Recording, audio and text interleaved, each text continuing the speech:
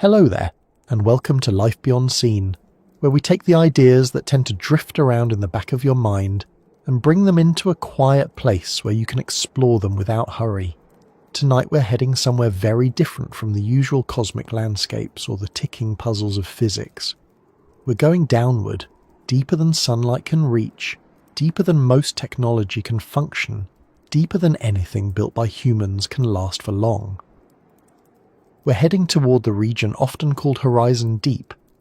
It's one of the most remote and inhospitable places on Earth, a part of the ocean where pressure becomes a force that doesn't care about intention or ambition, where darkness is not just the absence of light but the default condition, and where reaching the bottom isn't just difficult but almost completely beyond what our bodies and machines are capable of. Before we step into that slow descent together, I'd like to know something simple. Where are you listening from tonight, and what time is it where you are right now? It feels fitting to ask because, while we'll be talking about a place that barely changes at all, we're each meeting here from different moments of the day. Maybe it's late for you, maybe it's early. Maybe you're listening as a way to wind down, or maybe you're here because your mind wants something steady to focus on. Whatever the reason, I'm glad you've joined for this quiet look into a place that most people will never see. And if you find this slow dive soothing or interesting, or if it gives your mind a bit of room to breathe, I'd be grateful if you tapped the like button or subscribed. It helps this small corner of calm reach others who might need it too. There's something strangely comforting about focusing on the deep ocean at night. While everything around you might feel fast or noisy, Horizon Deep remains steady. Nothing rushes down there. Nothing hurries. The weight of the entire ocean makes sure of that. As we begin this exploration, try to let your thoughts slow down with the images that form in your mind. We won't be descending quickly. We're just setting the stage for where we're going, easing into the reasons why this part of the ocean remains one of the least explored regions on the planet. Even with all our technology, all our satellites, all our robotics, all our curiosity, there are limits to what we can manage. Those limits become incredibly clear when you try to understand the bottom of the ocean. Most of us spend our entire lives on the surface without realizing how thin that surface truly is. A few kilometers below it, human equipment begins to fail, and a few more beyond that, the environment becomes more extreme than anything found anywhere else on Earth. There are places in space that are easier to reach than the bottom of certain ocean trenches. That idea alone slows the mind for a moment because we tend to picture space as the frontier humans haven't conquered. But the truth is we've seen more of our surrounding solar system than we've seen of our own planet's deepest points. When people hear the phrase Horizon Deep, they often imagine a coastline or a distant horizon meeting water. But the name refers to a location in the Tonga Trench, one of the deepest known points of the ocean. It's a place that is almost impossible to visualize accurately because there's no familiar frame of reference. Most mountains on land don't come close to the height of the ocean's deepest trenches in reverse. If you placed Mount Everest into many of these trenches, it would still be completely submerged. That's the scale we're dealing with. And as we settle into describing it, it becomes clear that exploring it isn't just a matter of going down and looking around. The forces at play are so intense that any attempt to reach the bottom requires planning at a level most people never consider.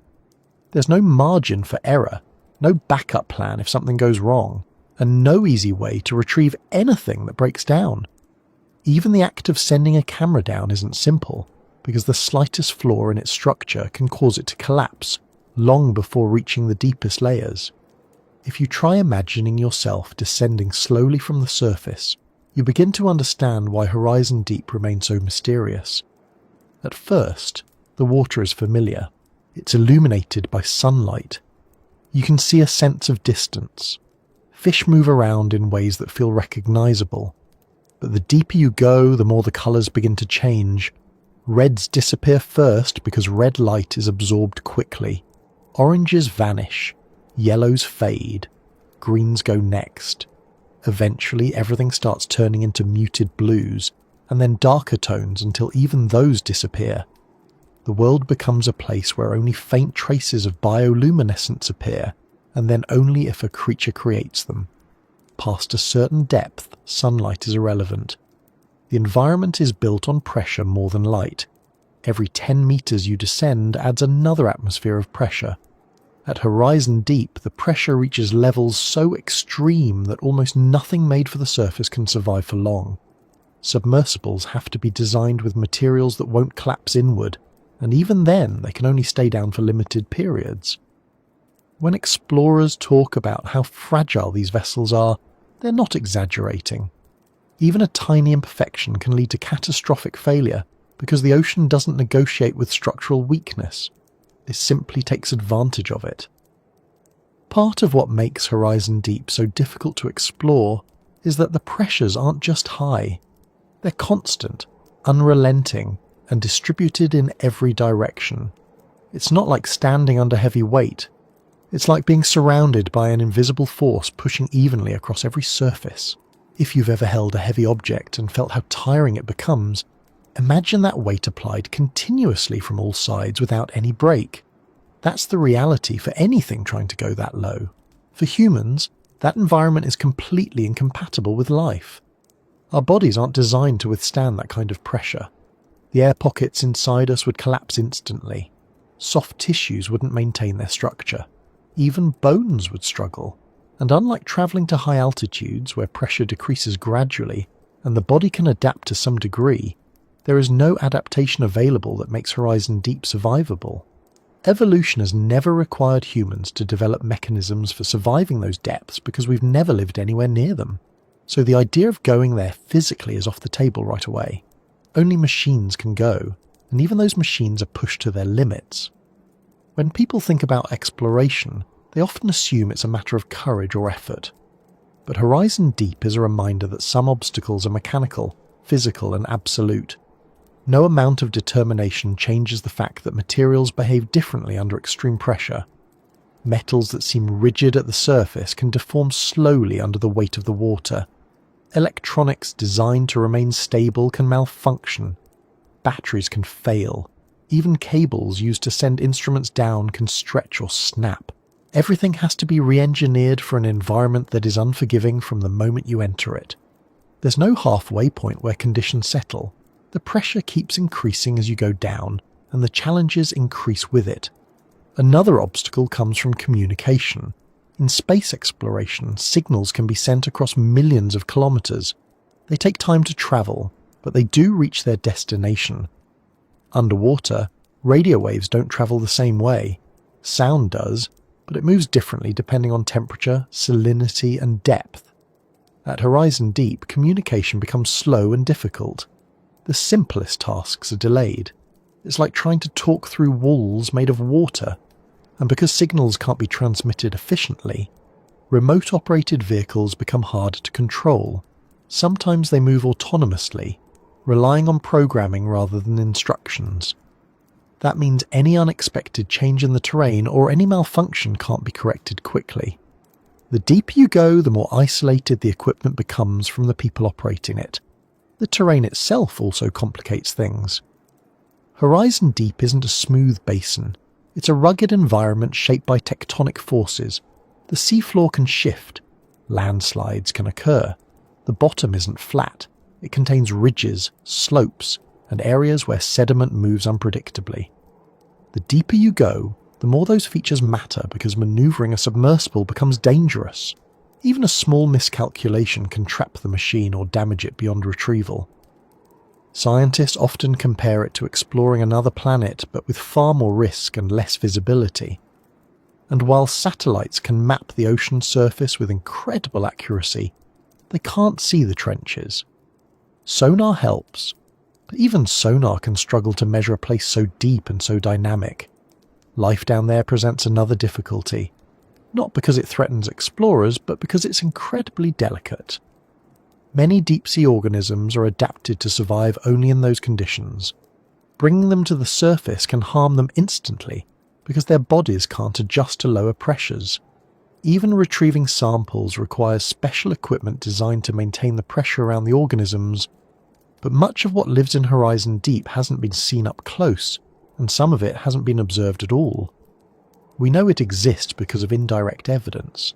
That means there's an entire ecosystem in a place we can barely reach and can't observe for long without disturbing it. To study it properly, we would need technology that can stay down there for extended periods without failing. And while researchers are working toward that, the ocean keeps presenting new complications. Another issue is cost. Building machines capable of reaching Horizon Deep is extremely expensive. Maintaining them is expensive. Deploying them is expensive. Recovering them is expensive. Expeditions require ships, crews, specialists, technicians, and time. And even with all of that, the results are often uncertain. An expedition can spend millions and return with a malfunctioning camera or a damaged robotic arm. Funding becomes difficult because deep-sea research doesn't generate immediate financial returns. It's important scientifically, but not profitable, so progress is slow. Years pass between missions. Technology advances, but not fast enough to transform the environment into something more accessible. Even when everything goes right, exploration time at those depths is limited. Machines can't stay down indefinitely. Batteries drain. Lights consume power. Inserts weaken. The descent and ascent alone take hours. By the time the vehicle reaches the bottom, its operational window might be small. It gathers as much data as it can, but it always feels incomplete. Scientists return to the surface wishing they had more time. That's one of the reasons Horizon Deep remains unknown. We visit it briefly and then leave. Most of the time it remains undisturbed and unseen. There's also the simple fact that we haven't built enough machines to explore it thoroughly. Most deep-sea submersibles only reach the regions above the deepest trenches. Only a few have ever reached the very bottom, and even those journeys were brief. The ocean is vast and the trenches are narrow, deep, and difficult to locate precisely. Even if we wanted to map the entire area, it would take countless missions. And because technology evolves so slowly in this field, each expedition adds only a small amount of new information. All of this leads to a strange realization. Horizon Deep isn't uncharted because we lack interest. It's uncharted because it defies easy access in almost every way. The technology required to explore it safely and effectively pushes the limits of what humans can construct. The environment destroys equipment if anything is even slightly flawed. The time it takes to reach the bottom shortens the amount of work that can be done. The terrain is unpredictable. Communication is slow. The cost is high. The risk is constant. And yet despite all of that, the idea of exploring Horizon Deep keeps drawing people back because there's something compelling about understanding one of the last places on Earth where mystery still outweighs knowledge. As we continue this slow descent in our discussion, we'll begin moving from the surface-level details into the more complex reasons why exploration remains beyond our full reach. The deeper we go into the explanations, the clearer it becomes that exploring Horizon Deep isn't just a technical challenge. It's a reminder of the boundaries that exist in nature, boundaries that push back against our curiosity. And while curiosity drives us to explore, the deep ocean forces us to acknowledge that some environments remain out of reach for reasons that aren't emotional or philosophical, but simply physical. Even so, the effort to understand Horizon Deep continues because each new piece of information reshapes the picture. Every measurement, every sample, every brief glimpse, they all add to a growing understanding even if the pace is slow. We'll keep following this path without rushing. There's still much to explain about how the deep ocean functions, what life exists there, how physics behaves at those depths, and why certain limitations can't be overcome even with advanced technology. This is just the beginning of the descent, and the layers ahead will reveal even more about why Horizon Deep remains a frontier that resists complete exploration. When you start thinking about the deep ocean, it's easy to picture a simple idea of water getting darker as you go down, but Horizon Deep forces you to reconsider almost every assumption you've ever had about what the ocean truly is. Most of us grow up imagining the sea as something vibrant, colourful, and full of movement at every level. What's strange is that almost all the images we've seen, whether in documentaries or on screensavers, or in the rare moments when we visit an aquarium, come from a very thin slice of the ocean. That thin slice doesn't even begin to represent the environment we're talking about. Once you move beyond the familiar layer where sunlight gives shape to everything, the world below becomes unrecognizable, not in a dramatic or mystical sense, but in a very practical way. The rules that govern life near the surface begin to break apart, and the environment becomes increasingly dominated by pressure, cold, and a level of stillness that feels more like a pause than a landscape. It's a strange contrast. The surface of the ocean is always changing. Waves move, winds shift, storms form, and currents carry heat across whole continents. But far below all that activity is a part of the planet where almost nothing moves quickly. There's a sense of suspended motion, not because time behaves differently, but because the conditions don't allow for rapid change. It's not emptiness, it's not silence. It's more like the ocean stops rushing and settles into a state where everything has to be slow. That's what people mean when they describe the deep trenches as places where the ocean holds its breath. There's no drama in that idea. It's a simple description of an environment shaped by the limits of physics, not by emotion. If you imagine yourself drifting down slowly from the upper layers, you would notice the shift long before you reached anything close to horizon deep. At the start, the water moves around you in familiar ways. Schools of fish dart between beams of filtered sunlight. Colours still hold their natural brightness. But as the descent continues, the world begins to flatten. Reds fade until they look brown, then grey, then vanish entirely. Orange disappears next. Yellows weaken. Greens begin to dissolve into the surrounding water. By the time only shades of blue remain, you're already entering a region most ocean life never visits unless it's migrating. At this point, very little visual detail remains, and what you see begins to depend more on artificial lights than on the environment itself. Then, as you continue downward and the last traces of blue fall away, the surroundings settle into the long stretch of darkness that defines most of Earth's oceans. It's not a dramatic transition. There's no moment where the light suddenly goes out. The shift is gradual, like dimming a lamp slowly enough that you only realise the room is dark after it's already happened. Some people imagine the darkness as unsettling, but down here it's simply the norm. There's no sense of being watched, no sense of danger, no sense of suspense. It's just the natural result of travelling further than sunlight can reach. Even in this darkness, the ocean isn't empty. This is the region where bioluminescence appears for the first time in any meaningful quantity. It's easy to think of bioluminescence as a rare or magical phenomenon, but in truth, it's incredibly common once you reach these depths. Many creatures have evolved to produce light, not because they want to be beautiful or dramatic, but because light becomes a tool. Some use it to confuse predators, some use it to lure prey, some use it to signal possible mates. Others use it to mimic the faint scattered light from above so they can hide from anything looking up at them. But even with all those glowing creatures, the light they produce only travels short distances. The darkness remains dominant, almost like a backdrop that makes their small signals more noticeable.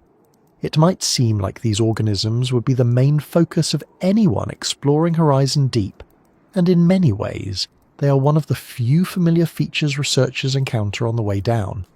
But the further you go, the fewer of them you see.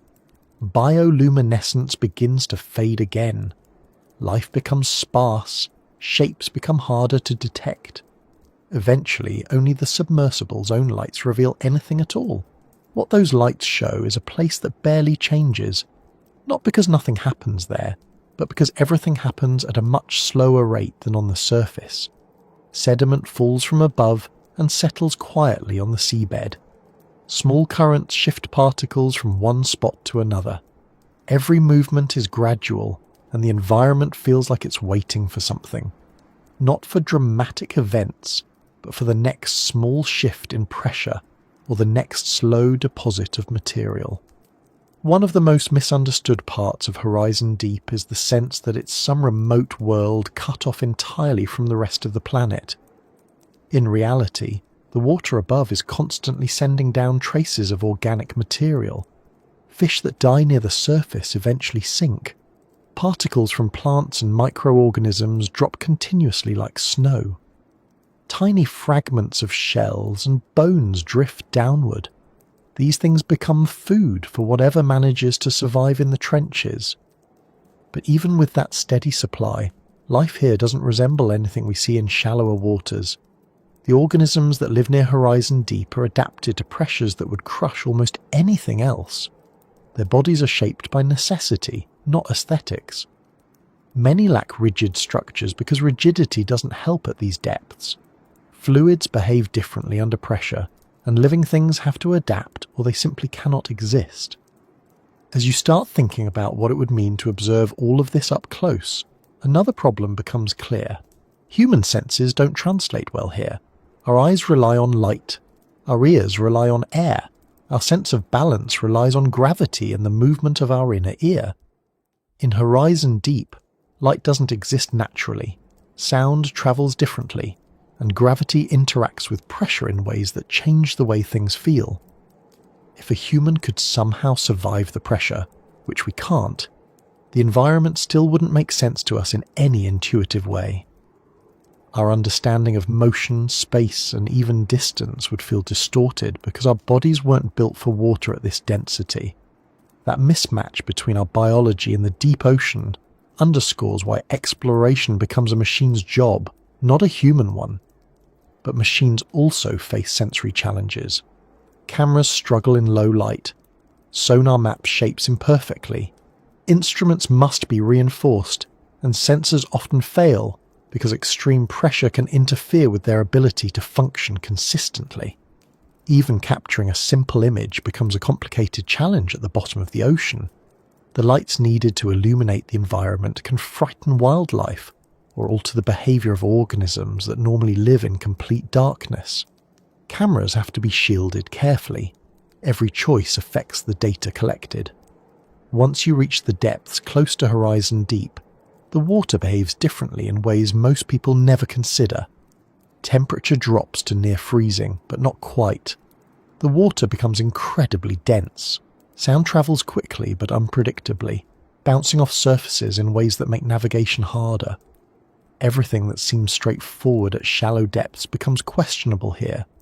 Even the concept of bottom becomes complicated because sediment can shift, and slight tremors can reshape sections of the trench floor without anyone noticing. The terrain is constantly subject to the movement of tectonic plates. Unlike a typical landscape, it can change without warning and without any surface sign that something happened. If you imagine the ocean holding its breath, that comparison comes not from a dramatic impression, but from the peculiar stillness that defines these regions. The pressure prevents rapid motion. The darkness prevents visual complexity. The temperature prevents many biological processes from happening quickly. Everything remains in a kind of long, slow pause. Scientists sometimes compare the deep trenches to time capsules because changes occur so gradually that disturbances can remain visible for years. Tracks left by a submersible might linger on the seabed far longer than footprints last on the surface. Sediment doesn't shift quickly. Nothing erases the marks right away. What surprises many people is that this stillness isn't lifeless. There are organisms that thrive in these conditions by being incredibly efficient. They consume very little energy, they move when they need to, they interact with the environment in small, deliberate ways. Life continues here, but on timelines that make human activity seem frantic by comparison. Studying these organisms is difficult because retrieving them usually changes them. The sudden drop in pressure during ascent can damage tissues or destroy delicate structures. That means scientists must invent new methods, pressure-retaining containers, and specialized equipment just to bring samples up without harming them.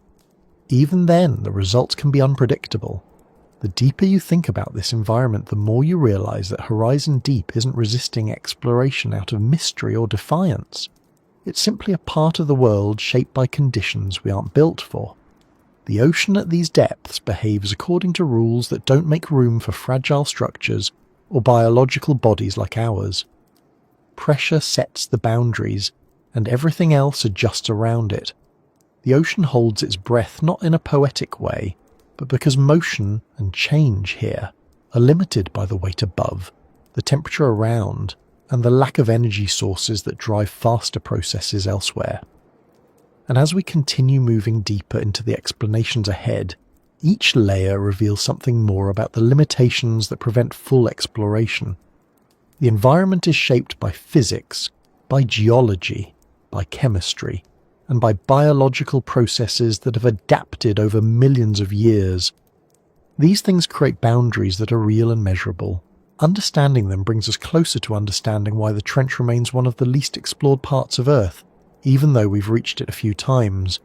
The descent continues, moving steadily into the next layer of reasons why Horizon Deep remains so far beyond our reach, even with the best technology we've built so far. When people try to imagine what exists below the last reach of sunlight, they often picture pitch-black emptiness. But that idea doesn't really capture what exists there. It's not that the environment is empty, it's that the way we perceive the world doesn't function at all in these conditions. The senses we rely on in daily life are built around light and air and sound moving through open spaces. Once you leave those conditions behind, your expectations stop matching reality. Most of the ocean is a world where light provides no structure, and without light, memory, as we understand it, becomes difficult to form because the normal cues that allow the brain to build a timeline simply aren't present. This isn't a matter of the deep ocean playing tricks on perception. It's a matter of the environment removing the familiar markers we depend on without realizing it. If you try to imagine drifting just a little deeper than where sunlight fades, the environment changes in ways that affect every living thing. Light isn't just a visual input, it's also a signal for behavior. Plants use it to trigger photosynthesis. Animals use it to regulate sleep, navigate, find food, and avoid predators.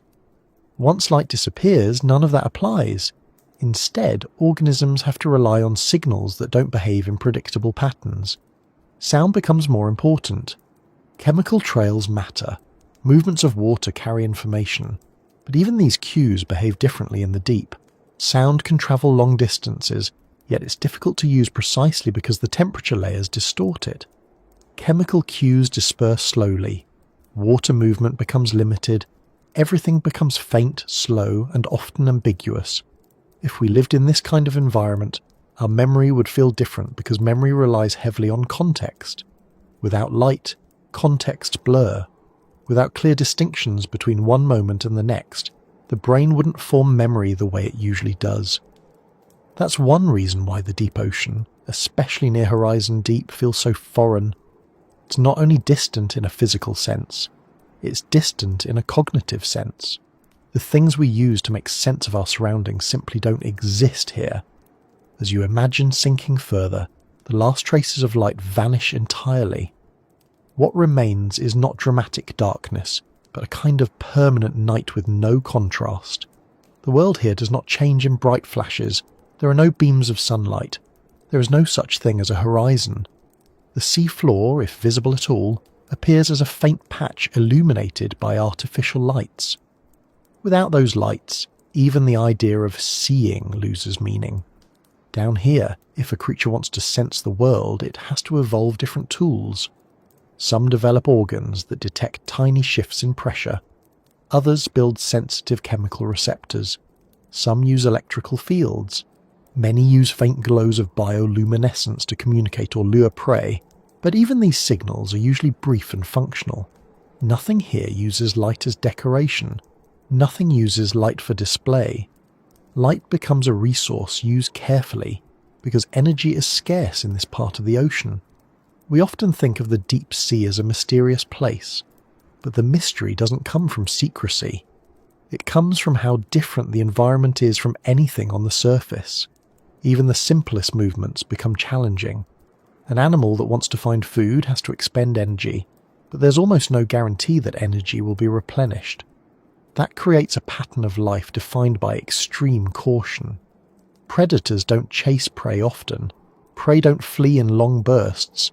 Most behaviour is slow, controlled and efficient. There's no waste allowed. The result is a world where nothing seems frantic. Nothing moves in quick bursts unless absolutely necessary. It's not a world built around urgency. It's a world built around conservation. In this setting, the idea of memory becomes more complex.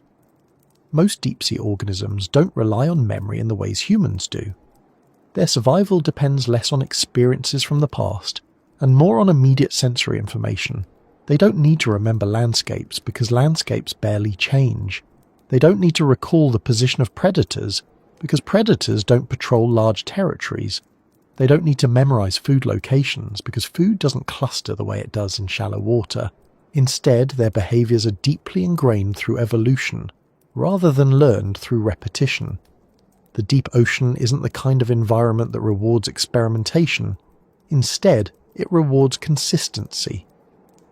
If humans were somehow able to witness life in these depths without distorting it through artificial lights or noise, we would see an environment that feels almost suspended. Things move, but slowly. Creatures survive, but carefully. The world isn't frozen, it's simply paced differently. Think of it as a place where time doesn't accelerate or slow down, but where everything happens within a narrow margin of energy use. Even the act of reproduction happens slowly. Some species lay eggs that take months or years to develop. Some grow at a rate that would seem impossibly slow to surface dwellers.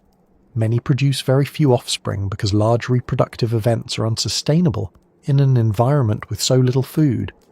If you shift your attention from the creatures living here to the water itself, you find something equally unusual. The physical properties of the water create conditions unlike anything at the surface.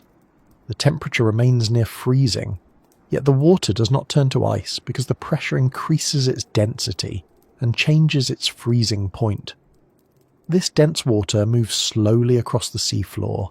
Even currents that look insignificant by surface standards are meaningful here because a small shift in water can carry nutrients or oxygen. The lack of strong currents means that the environment becomes stratified. Different pockets of water can maintain slightly different chemical compositions. Some areas have higher oxygen, some have more nutrients, some have fewer. Even small shifts can influence which organisms survive in a particular region. When scientists try to study this world, they have to rely on instruments that operate in conditions completely foreign to their intended design. Light is useless, so high-powered lamps have to be used, and those lamps change the behavior of the organisms being observed. Sound travels differently, so sonar signals can bounce unpredictably. Sediment becomes a challenge because the lights and thrusters from submersibles can stir it up, clouding the view for long periods. Even taking samples becomes a delicate process. Most sampling containers are built for surface work, not for deep-sea conditions. When they open or close, they can disturb the water around them, change the temperature inside, or break fragile organisms. Many people imagine that deep-sea exploration simply requires sturdier machines. But that assumption overlooks how the environment practically erases the usual tools of research. Cameras don't work the same way. Microphones don't work the same way. Sampling equipment becomes unreliable. Navigation becomes challenging because GPS signals don't reach underwater. Everything that feels straightforward at shallow depth starts to break down as you enter horizon-deep surrounding regions. Even time measurement can become complicated because pressure affects electronics. Instruments have to be tested repeatedly, and even then, failure rates are high. Because of all these limitations, most of what we know about deep-sea life at these depths comes from momentary observations. A submersible captures a quick image or a short video. A remotely operated vehicle collects a sample that may or may not survive the ascent. Autonomous systems gather data in snapshots rather than continuous streams. In other words, researchers are creating a puzzle with the majority of the pieces missing, and many of the pieces they do find are distorted simply because retrieving them alters their original state. That makes building a complete picture incredibly difficult. Even the idea of a stable map becomes questionable here. The seafloor near Horizon Deep can shift due to tectonic activity. Earthquakes, even small ones, can reshape the sediment. Landslides can occur along the slope of the trench, chasms can open or close, ridges can rise or collapse. None of this happens quickly in human terms, but it does happen regularly enough that maps can become inaccurate between expeditions. This constant slow change means that even if explorers manage to reach the same depth multiple times, they might not encounter the same landmarks. It's like trying to map a desert where sand dunes move, but on a geological timescale instead of a daily one. When we think about memory in human terms, it's deeply tied to visual detail and predictable physical landmarks. In Horizon Deep, both of these things fall away. The result is an environment where memory, whether human or mechanical, is difficult to establish. A submersible might descend into one region, take measurements, and then return a year later only to find that the same spot looks different. Without clear landmarks or consistent lighting, it becomes hard to tell whether the environment truly changed or whether the vantage point did. Scientists call this the challenge of repeatability. It's not that they can't capture data, it's that they can't always confirm whether the data represents a stable environment or a temporary condition. Another challenge is the sheer monotony of the surroundings. To human eyes, the deep ocean looks repetitive. Large expanses of soft sediment, occasional rocks, and the rare appearance of a creature. When every direction looks similar, navigation becomes difficult. GPS doesn't work, visual cues don't exist. Sonar readings can be ambiguous. Even compass readings can become complicated because magnetic minerals in the seafloor can interfere with measurements. Just moving from one point to another requires careful planning and frequent recalibration. Every movement must be controlled, and every path must be chosen slowly. If you imagine what this feels like from the perspective of a deep-sea vehicle, it becomes clear why exploration is limited. Every meter of travel takes effort. Every measurement requires stability. Every observation depends on lights, sensors, and equipment that need to remain functional under crushing pressure. And the deeper the vehicle goes, the more likely it becomes that something will malfunction. Engineers designing these machines have to account for dozens of forces that rarely matter on land. Materials must resist deformation. Electronics must remain insulated. Batteries must withstand pressure without swelling or rupturing. Even cables need reinforcement, because pressure can force water into microscopic gaps that wouldn't exist on the surface. While all of this creates enormous difficulty for exploration, it also explains why the deep ocean remains one of the last places on Earth where the environment itself shapes everything that happens there.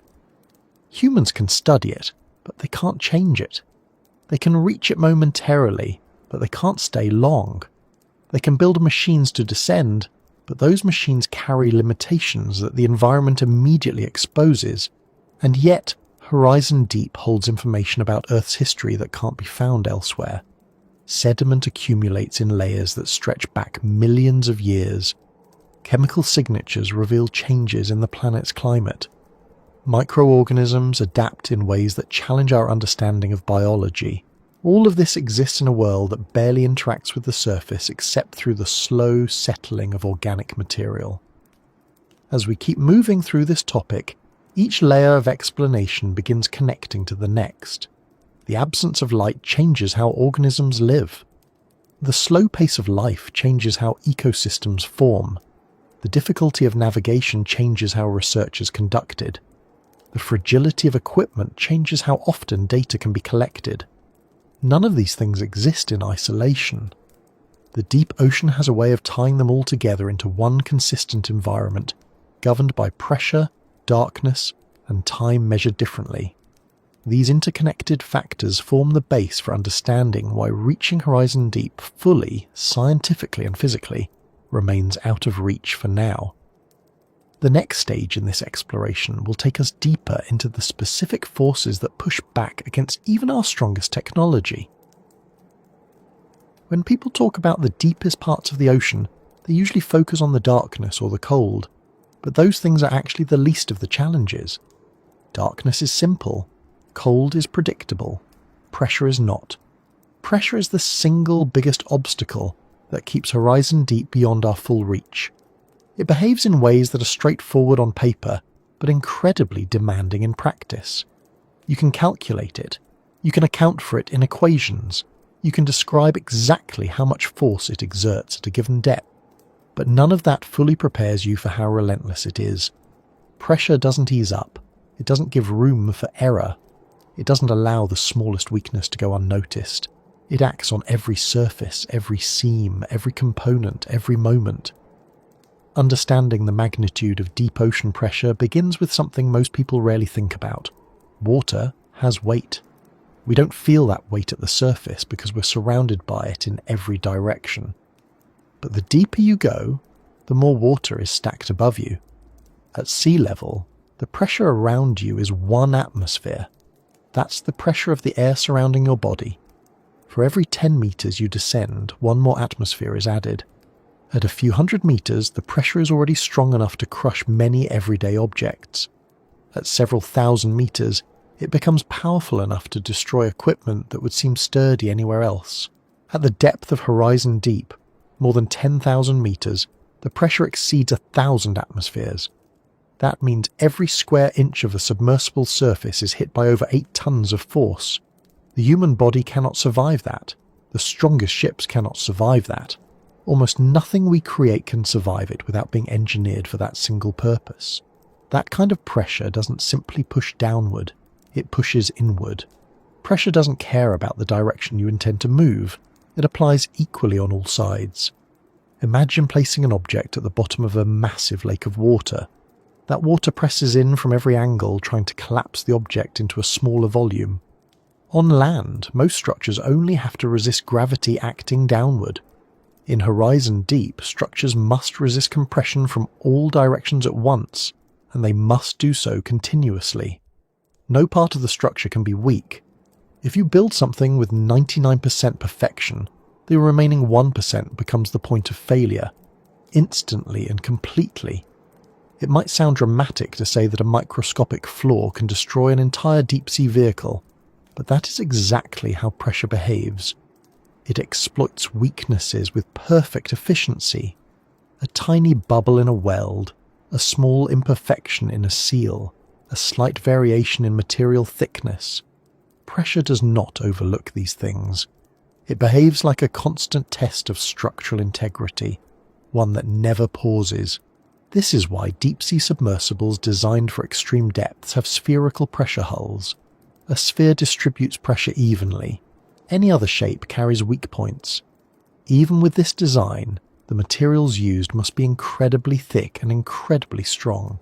Steel works up to a point. Titanium works better, but even titanium has limitations. Composites and ceramics offer advantages in some areas and disadvantages in others. The deeper the mission, the fewer materials remain usable. At the depth of Horizon Deep, the list becomes very short. When you look at a deep-sea submersible designed for the deepest trenches, you might notice how small the pressure hull is compared to the rest of the vehicle. That's not aesthetic, it's required. The more surface area the hull has, the more pressure it must resist. Keeping it small reduces the chance of failure. Even inside the vehicle, the pressure is a constant concern. Any equipment placed within the pressure sphere must operate in a tiny space because expansion outward would require the hull to become larger, which would make it weaker. That's why deep-sea explorers often refer to these vessels as cramped. They aren't cramped by choice. They're cramped by physics. If humans were somehow able to descend without the protection of a pressure hull, the experience wouldn't last long enough to describe. The pressure would collapse the air cavities inside the body almost instantly. Lungs, sinuses, and the digestive tract would be the first to fail. Blood vessels would follow. Bones would withstand more than soft tissues, but even bones would not survive the extreme compression. There's no method for adaptation here. Unlike high-altitude environments where the body can adjust to lower oxygen, or extreme temperatures where the body can regulate itself over time, deep ocean pressure has no equivalent biological workaround. Every creature that lives in the deepest trenches evolved over millions of years to handle these conditions. Those adaptations include soft bodies with few or no air pockets, flexible tissues, and biochemical structures that resist compression. Humans, by contrast, evolved for life at the surface.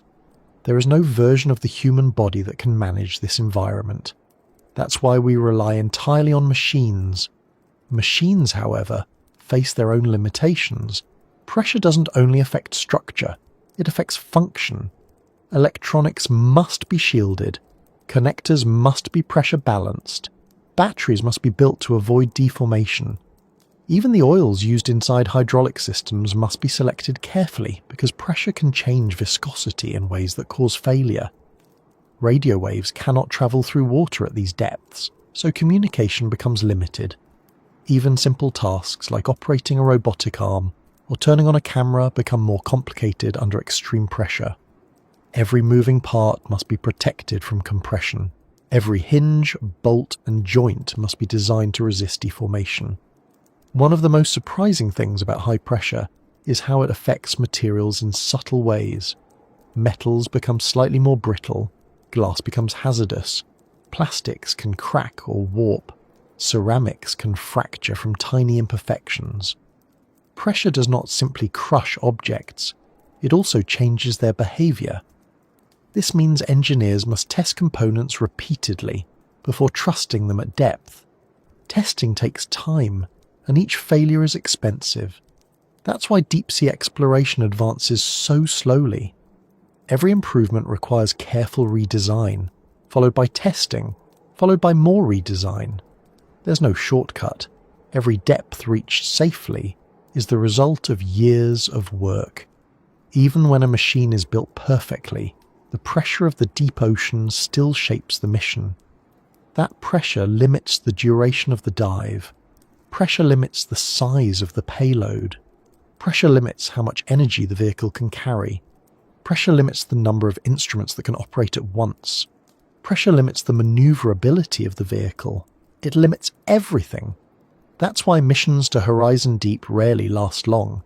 Even with advanced technology, staying at extreme depth drains resources quickly. The lights used to see anything consume power. Sonar systems require electricity. Manipulator arms require careful operation. The heavier the equipment, the harder it is to descend and ascend. Every decision becomes a matter of efficiency. And yet, even after all these precautions, pressure sometimes wins. Vehicles have been lost. Instruments have been crushed. Unmanned probes have vanished without explanation. When researchers retrieve damaged equipment, the damage often looks deceptively simple. A structural collapse can happen so quickly that the vehicle appears almost folded or flattened. Engineers analyze the remains to find the exact point of failure, but sometimes all they can conclude is that pressure found a weakness too small to detect beforehand. This is not discouraging so much as a reminder that the deep ocean enforces its own limits. Another challenge created by pressure involves temperature. Near Horizon Deep, the water is only a few degrees above freezing. That cold combined with pressure affects how machinery behaves. Metal contracts slightly in the cold, altering how well components fit together. Lubricants thicken. Batteries lose efficiency. Pressure amplifies these effects by changing the physical properties of many materials. Engineers must select materials that behave predictably under these combined conditions, not only under pressure alone. Pressure also affects biological research. If scientists collect organisms from the deep without maintaining the pressure around them, most cannot survive the trip to the surface. Their bodies rely on the external pressure to maintain their physiological structure.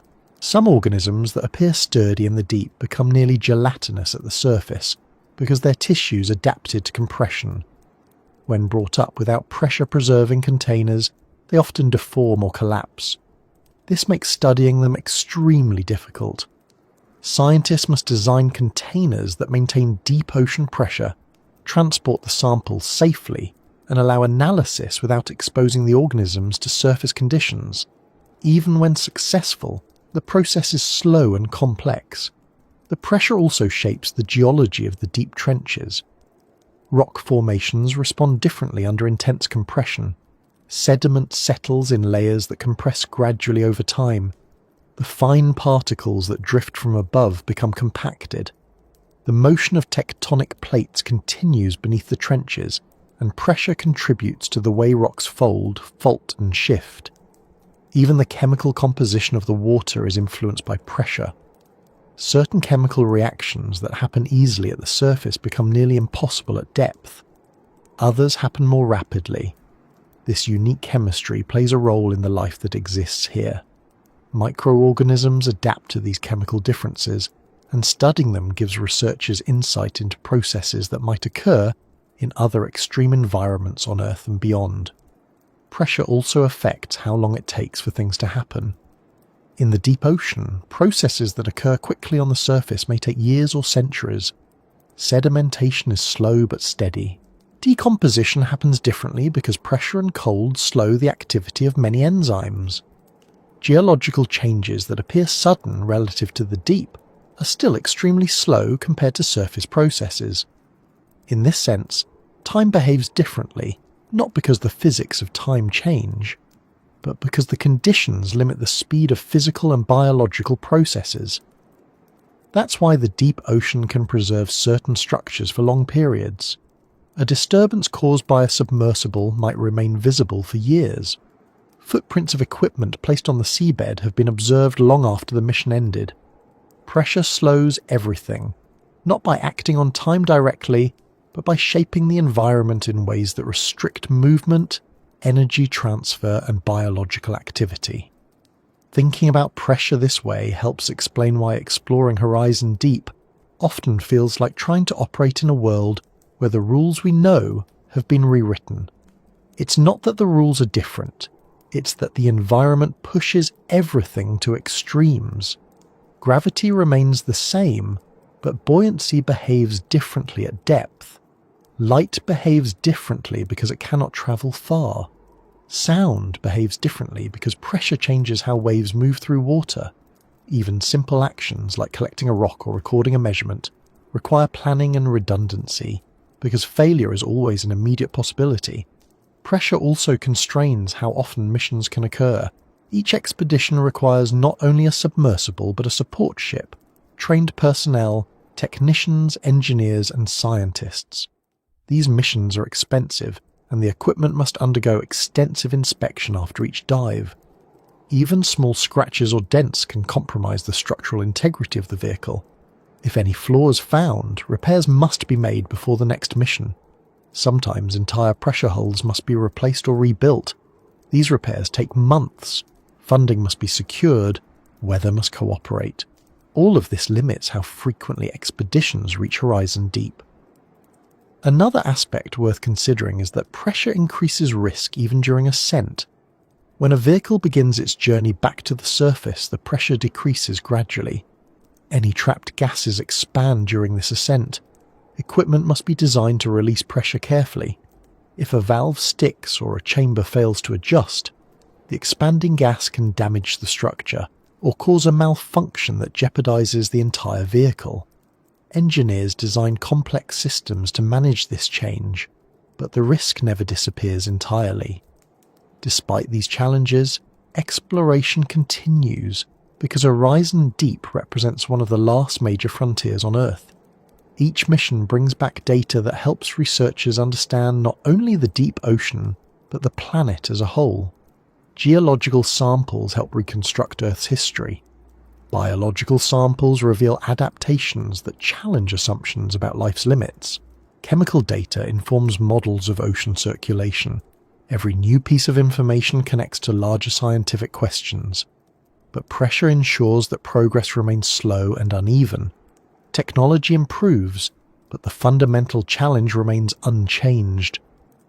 As the discussion moves forward, the next part of this descent will look at how the absence of light, combined with the extreme pressure, creates an environment where darkness isn't just a visual condition, but a limiting factor for movement, behavior, and exploration. The interaction between these forces forms the backdrop for understanding why Horizon Deep remains almost untouched despite decades of effort. When we move deeper into the region surrounding Horizon Deep, one of the first realities that shapes every observation is the absence of natural light. People often describe deep ocean darkness as complete, but that word doesn't really convey what it's like. On land, even at night, there are countless sources of light. The moon, stars, city lights, reflections off buildings, headlights, lamps, phones, screens. Darkness on the surface of Earth is rarely absolute. Even caves have faint ambient light near entrances.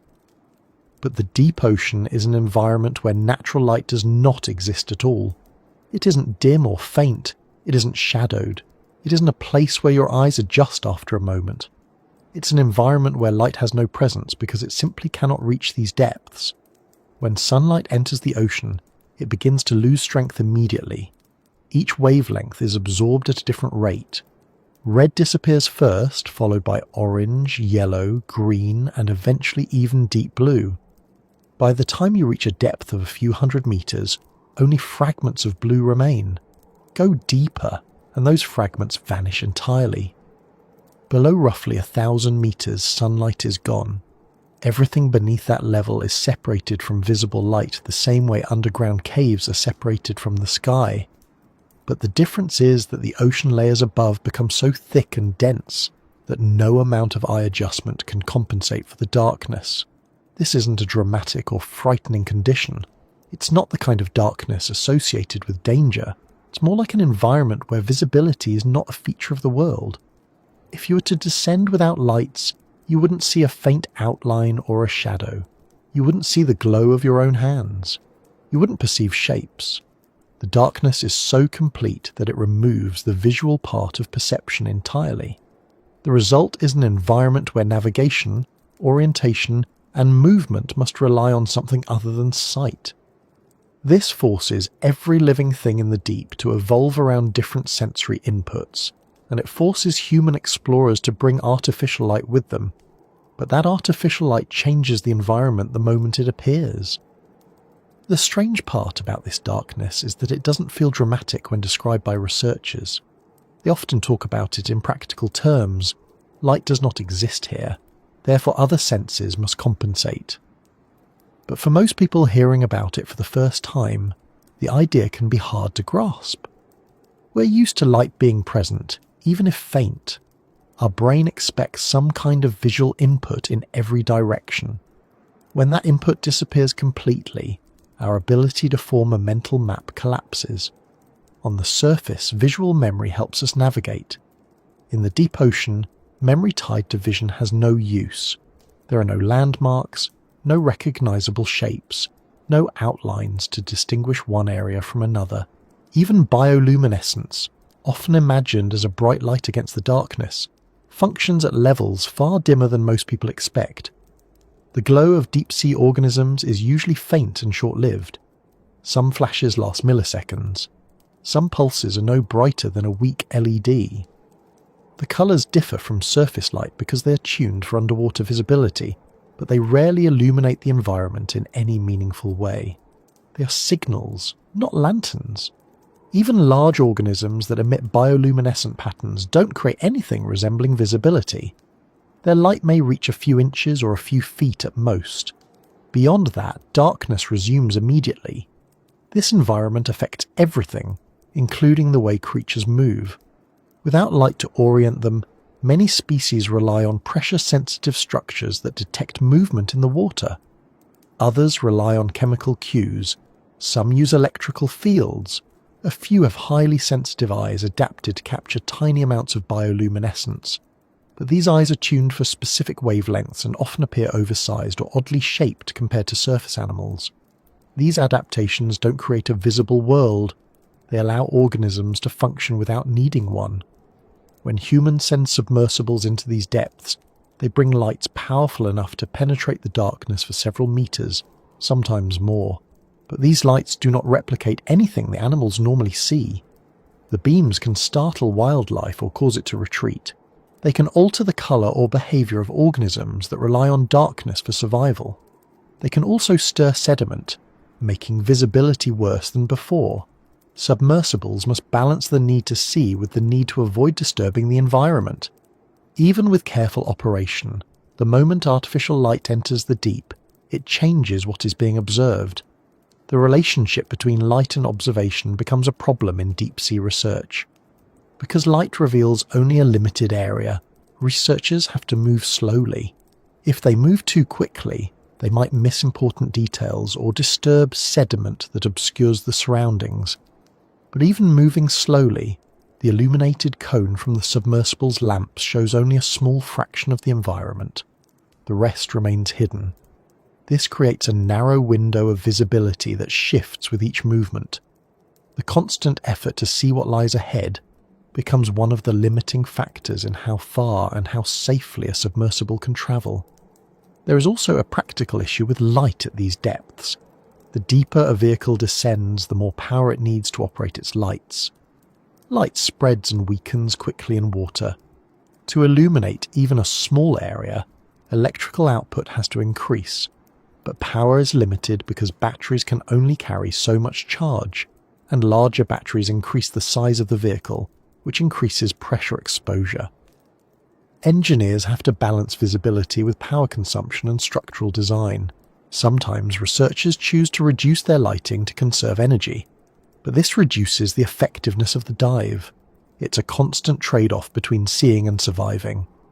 Darkness also affects how sound is used in exploration.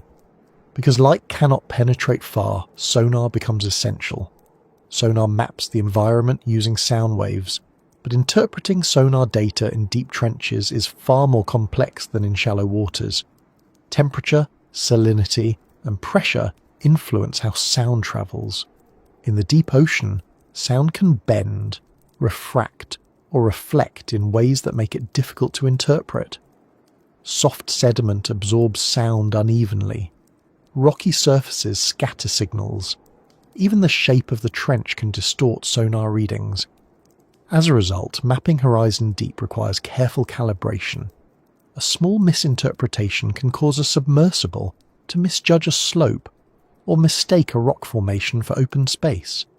The darkness becomes not just a visual absence but an obstacle that affects data collection, safety, planning, and navigation. Human technology is fundamentally designed around environments with at least some natural light. Cameras rely on it. Sensors rely on it. Even mechanical instruments are often easier to operate when visibility is present. But in Horizon Deep, none of that applies. Darkness becomes a limiting factor, not because it is frightening, but because it eliminates most of the sensory cues humans depend on. Another aspect of the deep-sea darkness is its effect on distance and perception.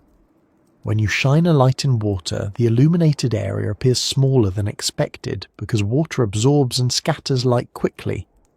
A rock that looks close may be several meters away. A slope that looks gradual may be steeper than it appears. Even depth perception becomes unreliable. The lack of shadows makes it difficult to distinguish between protrusions and depressions. Flat surfaces can look uneven. Uneven surfaces can look smooth. Pilots of deep-sea vehicles learn to rely on instrumentation more than their eyes because visual perception becomes misleading. Biologists face another challenge in studying organisms in deep darkness. Many deep-sea species behave differently when exposed to artificial light. Some retreat immediately, some cease natural behaviors, some freeze in place. A few approach out of curiosity or confusion, but those reactions may not represent their typical behavior. Because of this, studying deep-sea life without altering it becomes nearly impossible. Researchers must interpret their observations knowing that the presence of light and the noise of the submersible may distort their findings. Even the colours of organisms cannot be accurately perceived here. Many deep-sea species appear bright red when brought to the surface, but in their natural habitat, red light does not exist. That means they appear black or nearly invisible in the deep. Their red coloration serves as a form of camouflage, but artificial light reveals it. So when researchers see a bright red shrimp or fish under a submersible's beams, they must remember that the organism is not supposed to look that way in its natural environment. This complicates identification and classification. Darkness also influences the geological features of Horizon Deep. Sediment accumulates on the seafloor through a slow rain of particles from above. Without strong currents or disturbances, this sediment can remain undisturbed for long periods. When submersibles approach too closely, their thrusters can stir up the sediment, creating clouds that take a long time to settle due to the dense water and minimal water movement. This snow effect can obscure visibility for minutes or hours, forcing missions to halt or relocate. Even small disturbances become significant because the environment lacks the natural motion needed to clear the water quickly. Another rarely discussed consequence of deep ocean darkness is how it influences the engineering of sensors. Cameras must be designed for low light or no light conditions, often requiring lenses and housings that withstand pressure while maintaining clarity. Lights must be arranged to minimize glare and reflection off particles in the water. Sonar arrays must compensate for distorted acoustics. Temperature sensors, chemical detectors, and pressure gauges must be placed where they can function without interference. Every instrument becomes a specialized piece of equipment requiring testing and calibration. The absence of light also affects long-duration exploration. Autonomous vehicles that operate without human control must navigate an environment where visibility is almost zero. They rely entirely on programmed paths, sonar, and internal sensors. But any unexpected object, a rock, a slope, a trench wall, can pose a risk. Because the vehicle cannot see in the usual sense, it must operate cautiously, limiting its speed and distance travelled. This slows the mission and reduces the amount of ground that can be covered in one dive.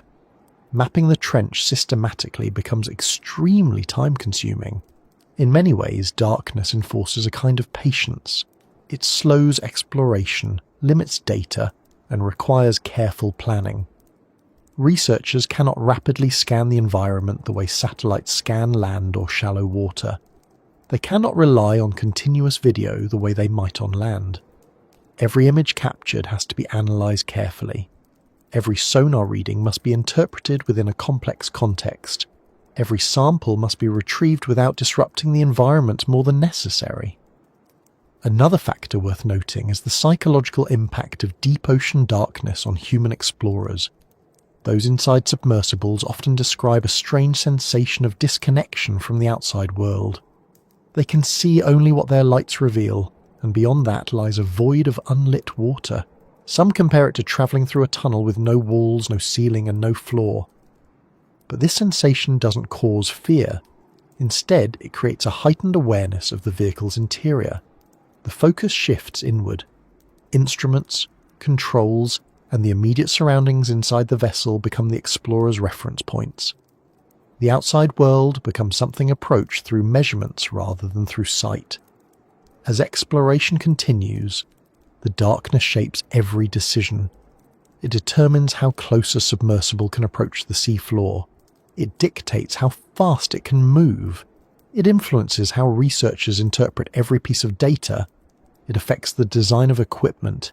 It changes how organisms behave. It alters the way sound is used. It restricts the reach of light. It slows the pace of sampling. In this way, the darkness becomes not just a background condition, but a defining feature of the environment. Even after decades of exploration, the darkness remains one of the key reasons why Horizon Deep is still poorly understood. Technology improves, but the fundamental problem does not change. As long as light cannot reach these depths, and as long as artificial light remains limited by power, pressure, and environmental impact, exploration will remain slow and incomplete. The next part of this exploration will move into the lives that inhabit these depths. Organisms that have adapted not only to pressure and cold, but also to an environment where light plays virtually no role at all. Their survival reveals how life can develop in extreme places, and studying them helps build a clearer picture of the deep ocean's complexity. When the discussion shifts from the physical environment of the deep to the organisms that inhabit it, the picture becomes even more complex. Life in the region surrounding Horizon Deep does not resemble the energetic, colourful or fast-moving ecosystems near the surface. It doesn't rely on sunlight, rapid reproduction, or abundant food. Instead, the organisms here are shaped by conditions that leave little room for waste. Every movement, every adaptation, every feature serves a direct purpose that supports survival in an environment where pressure, cold, and darkness define every moment. These conditions create species that appear strange, efficient, and sometimes deceptively simple. Yet behind their simplicity is a level of adaptation that far surpasses what most environments require. The organisms found here are often referred to as extremophiles, but that label can be misleading. While their environment is extreme by surface standards, for the species that evolved here, these conditions are simply normal. They do not think of themselves as living in a harsh environment. They are not struggling against it. They are shaped by millions of years of adaptation that make them perfectly suited for a world where almost every other form of life would fail immediately. This perspective is important because it shifts the way we think about deep-sea biology. These creatures are not barely surviving. They are thriving within a set of rules entirely different from the ones that govern life on land. One of the key features shared by many deep-sea species is the absence of rigid structures. Creatures living near Horizon Deep tend to have soft, flexible bodies with few or no air-filled spaces. This adaptation helps them withstand the intense pressure.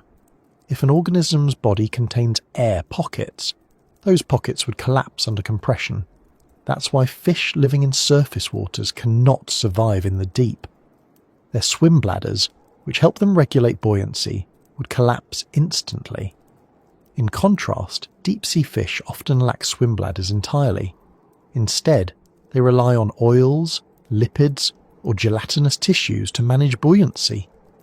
These tissues are not affected by pressure in the same way air is, allowing the animals to maintain stability. Flexibility becomes an advantage in this environment. Soft tissues withstand pressure better than rigid structures.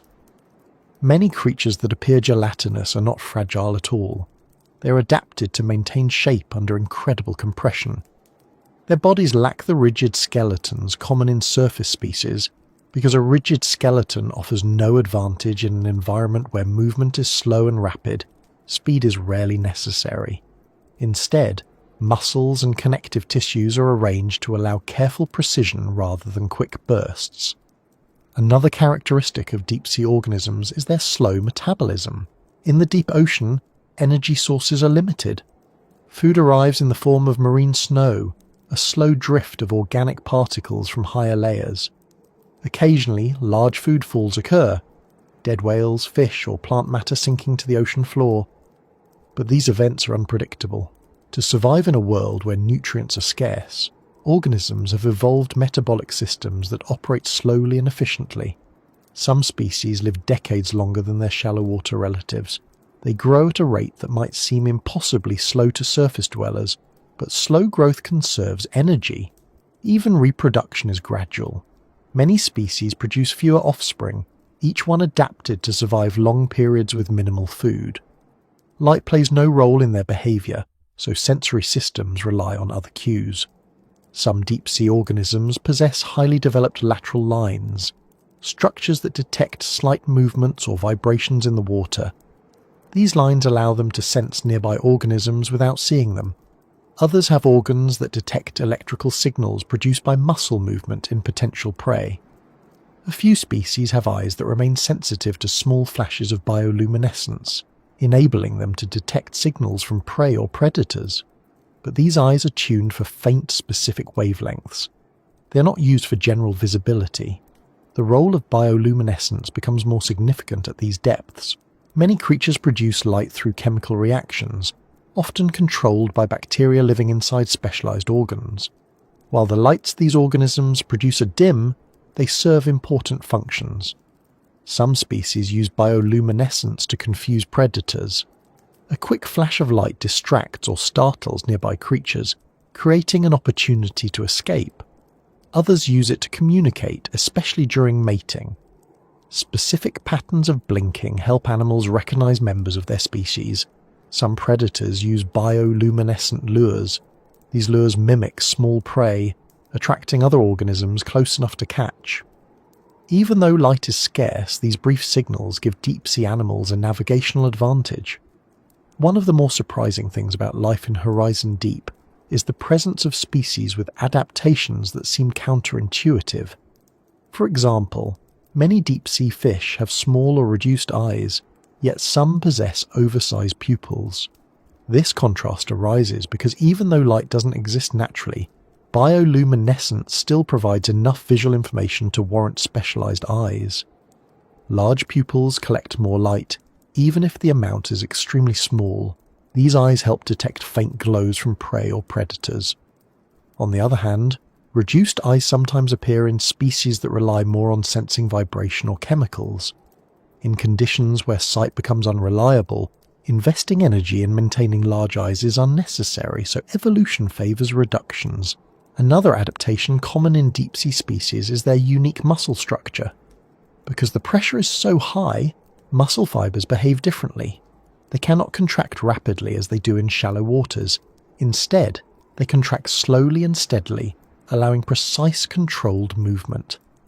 This is why many deep-sea animals appear to drift or hover rather than swim quickly. Fast swimming requires energy. In an environment where energy is scarce, quick movements are rarely beneficial. The behavior of predators in these depths reflects this slow pace.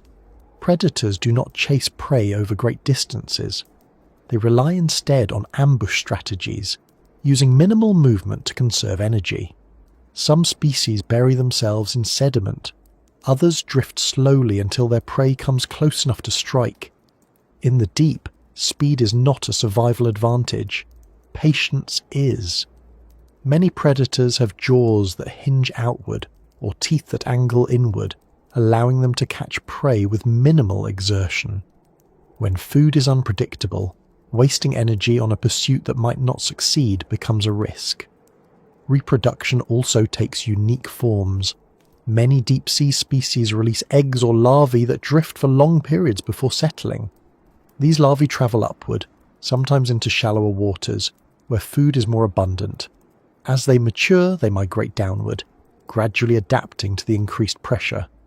This downward migration is not rapid. It can take months or years. The method allows the young to feed in areas with more resources, increasing their chance of survival before they settle into the slow, energy-efficient lifestyle required for life at extreme depths. Chemical adaptations also play an important role. Many deep-sea organisms produce molecules that prevent proteins from collapsing under pressure. Proteins in surface organisms often lose their shape when exposed to high pressure, but deep-sea species have evolved compounds that stabilize their proteins. This biochemical stability is crucial for maintaining function in enzymes and membranes. Without it, their cells wouldn't survive. Understanding these compounds has become an area of interest for scientists studying life in extreme environments, and for biotechnologists exploring new ways to stabilize proteins under industrial conditions. Another fascinating aspect is the structural composition of deep-sea fish bones. Their bones are often less mineralized than those of surface fish. This makes them lighter and more flexible.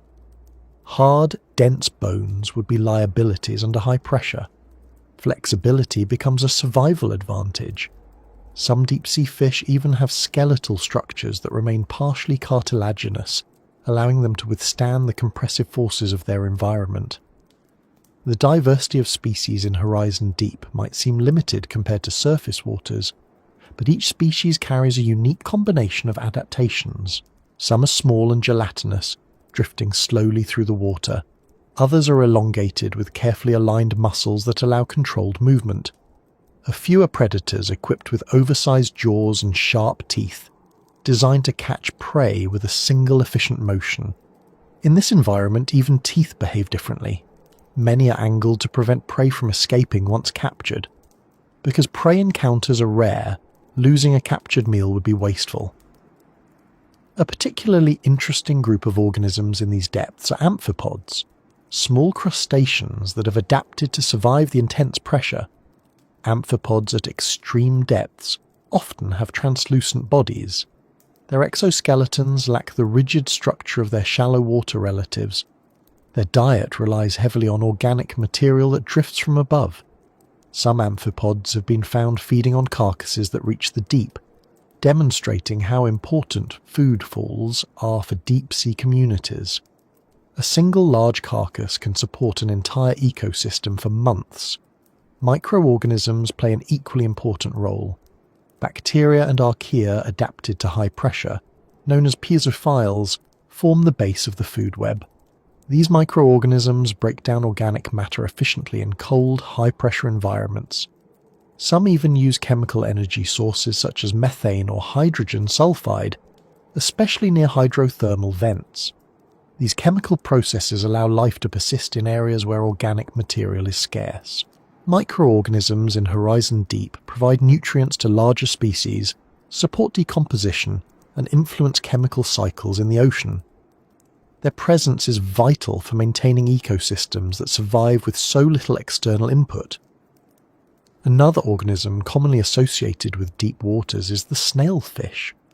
Snailfish found near the deepest trenches have bodies adapted to withstand extreme pressure. Their skulls are small and delicate. Their muscles contain compounds that maintain flexibility under pressure. Their digestive systems function efficiently with minimal energy. These fish are rarely seen on camera because they tend to remain near the seafloor, where they feed on amphipods and other small organisms. When researchers do capture footage of them, the fish often appear calm and slow-moving. They are not stressed or struggling. They are simply living in conditions that suit them. It's easy to assume that the deep sea supports only simple organisms, but this isn't entirely true. Complexity exists here, just expressed differently. Instead of vibrant colours or elaborate body shapes, complexity appears in chemical pathways, muscle adaptations, metabolic systems, and sensory mechanisms. Deep-sea life demonstrates that complexity doesn't always look dramatic. Sometimes it appears subtle or understated because the environment favours efficiency over display. Many deep-sea organisms also serve as indicators of environmental change. Because their habitats change slowly, they are sensitive to disturbances from above. Tiny shifts in temperature, chemical composition, or nutrient input can influence deep-sea populations. Scientists study these organisms to understand long-term environmental trends.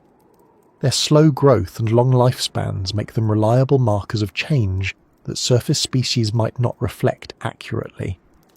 As exploration continues, researchers often encounter species that defy expectations. Some have been found with antifreeze proteins similar to those found in polar fish. Others contain compounds not seen in surface species. Some produce bioluminescent signals that vary in pattern and intensity. Each discovery adds another piece to the puzzle of how life persists, where conditions appear almost incompatible with survival. Another factor shaping deep-sea life is isolation. The organisms living in horizon deep exist far from shallow ecosystems. They do not mix with surface populations. Genetic exchange is minimal. This isolation creates distinct lineages with traits that may not appear anywhere else. It also means that deep-sea species often differ significantly from their close relatives. Over millions of years, these differences accumulate, creating organisms uniquely suited to their environment. This isolation also influences behavior. In many deep-sea species, territoriality is rare. There isn't enough energy for territorial disputes. Large territories offer no advantage. Instead, creatures tend to roam slowly or remain in small, stable areas. Social structures are simpler. Mating encounters are rare and often rely on chemical cues rather than displays or competition. Some species have evolved strategies where males remain attached to females permanently to ensure reproduction. These strategies reflect the difficulty of finding mates in a vast, low-density environment. One of the most important roles deep-sea organisms play is recycling nutrients. When organic matter drifts from above, microorganisms break it down. Larger organisms consume these microorganisms. Predators feed on smaller creatures. Each stage contributes to nutrient cycling. Without these processes, organic material would accumulate on the seafloor without decomposition. Deep-sea organisms help maintain balance in the ocean, influencing larger chemical cycles that affect the entire planet. Studying these creatures helps researchers understand limits of life. The adaptations seen here inform theories about life on other planets. If organisms can survive deep-sea pressure, extreme cold, and total darkness, then life may exist in environments once considered inhospitable, such as the oceans beneath the ice crusts of Europa or Enceladus. Deep-sea biology shapes how scientists search for extraterrestrial life. The combination of pressure, cold, darkness, and limited food creates a living system unlike any other. Each organism represents a solution to the challenges of this environment. These solutions are not dramatic or showy. They're efficient and specialized. They reflect millions of years of evolution within constraints few ecosystems impose. As we continue this exploration, the next stage will examine how even the most advanced machines cannot fully replicate the adaptations these organisms possess, and why the technology designed to reach Horizon Deep remains vulnerable to the same forces these organisms endure naturally. The deeper we go into understanding Horizon Deep, the more obvious it becomes that the technology humans build is at a fundamental disadvantage. When you compare our machines to the animals that live here naturally, the contrast is striking. Deep-sea creatures endure pressure, cold, and darkness effortlessly because they evolved specifically for those conditions. Machines, by contrast, are built in environments where air surrounds them, where temperature is controlled, where pressure is negligible, and where light is taken for granted. They are designed for places that behave very differently from the deep ocean.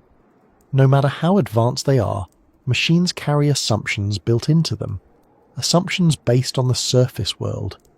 The deep ocean does not share those assumptions, and the mismatch becomes obvious the moment technology begins its descent.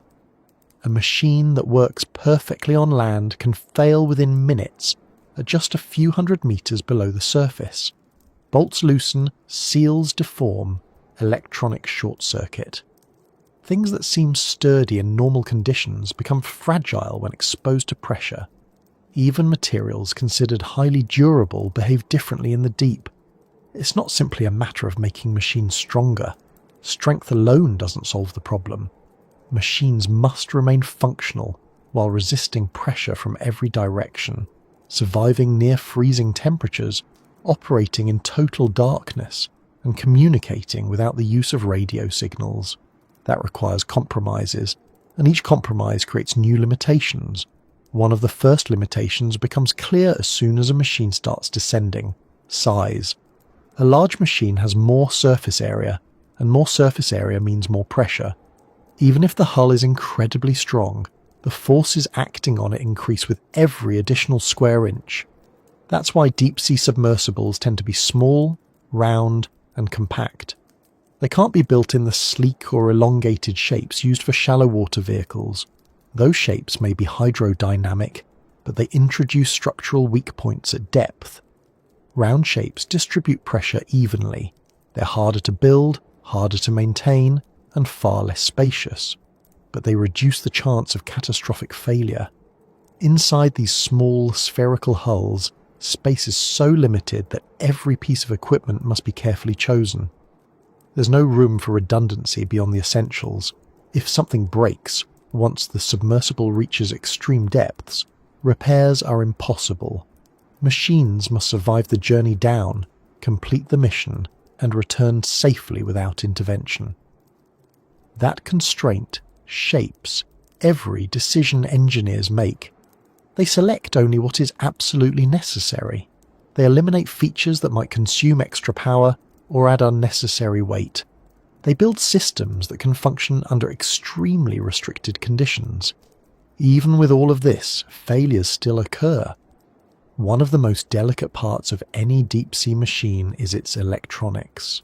Electronics rely on specific operating conditions. They must remain dry, remain insulated, and maintain stable temperatures. In Horizon Deep, every one of those requirements becomes a challenge. Pressure tries to force water into even microscopic openings.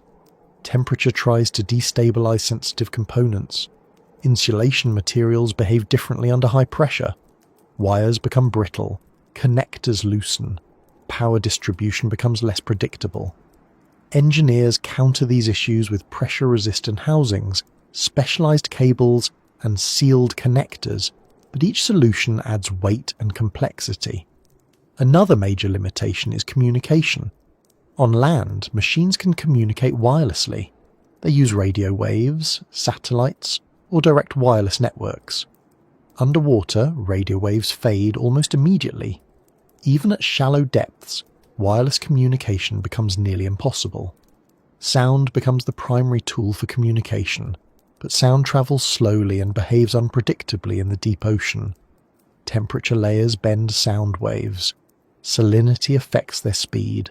Pressure changes how they reflect. That means the deeper a machine goes, the harder it becomes to control remotely. Commands take longer to reach the vehicle. Responses return slowly. The machine may drift or move slightly before a command is processed. This delay makes precise control difficult, especially in tight spaces. Because of this, some deep-sea vehicles operate autonomously. They follow pre-programmed paths and perform tasks without direct human guidance.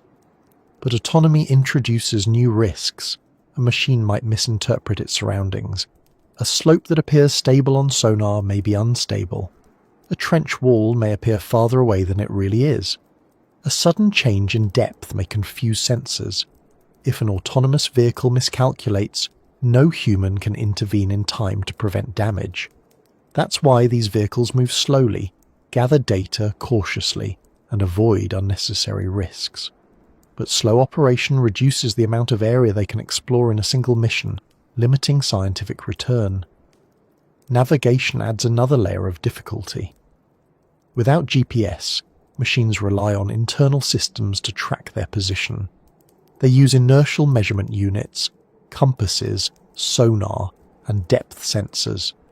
But each of these tools becomes less reliable as pressure increases. Magnetism can behave differently near certain rocks on the seafloor. Inertial systems drift over time. Sonar maps can be distorted by uneven sediment. Even depth sensors may become less accurate under extreme conditions. This means that a machine might not know its exact location once it reaches the deepest points.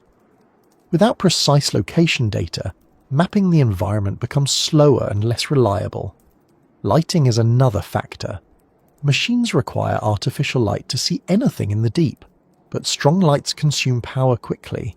Power limits how long a vehicle can remain below. A submersible must balance lighting needs with power constraints. If the lights are too bright, they may scare away organisms or distort the environment. If they are too dim, the machine may miss important details or have difficulty navigating. The need for light, combined with limited power, forces vehicles to prioritize where and when lighting is used.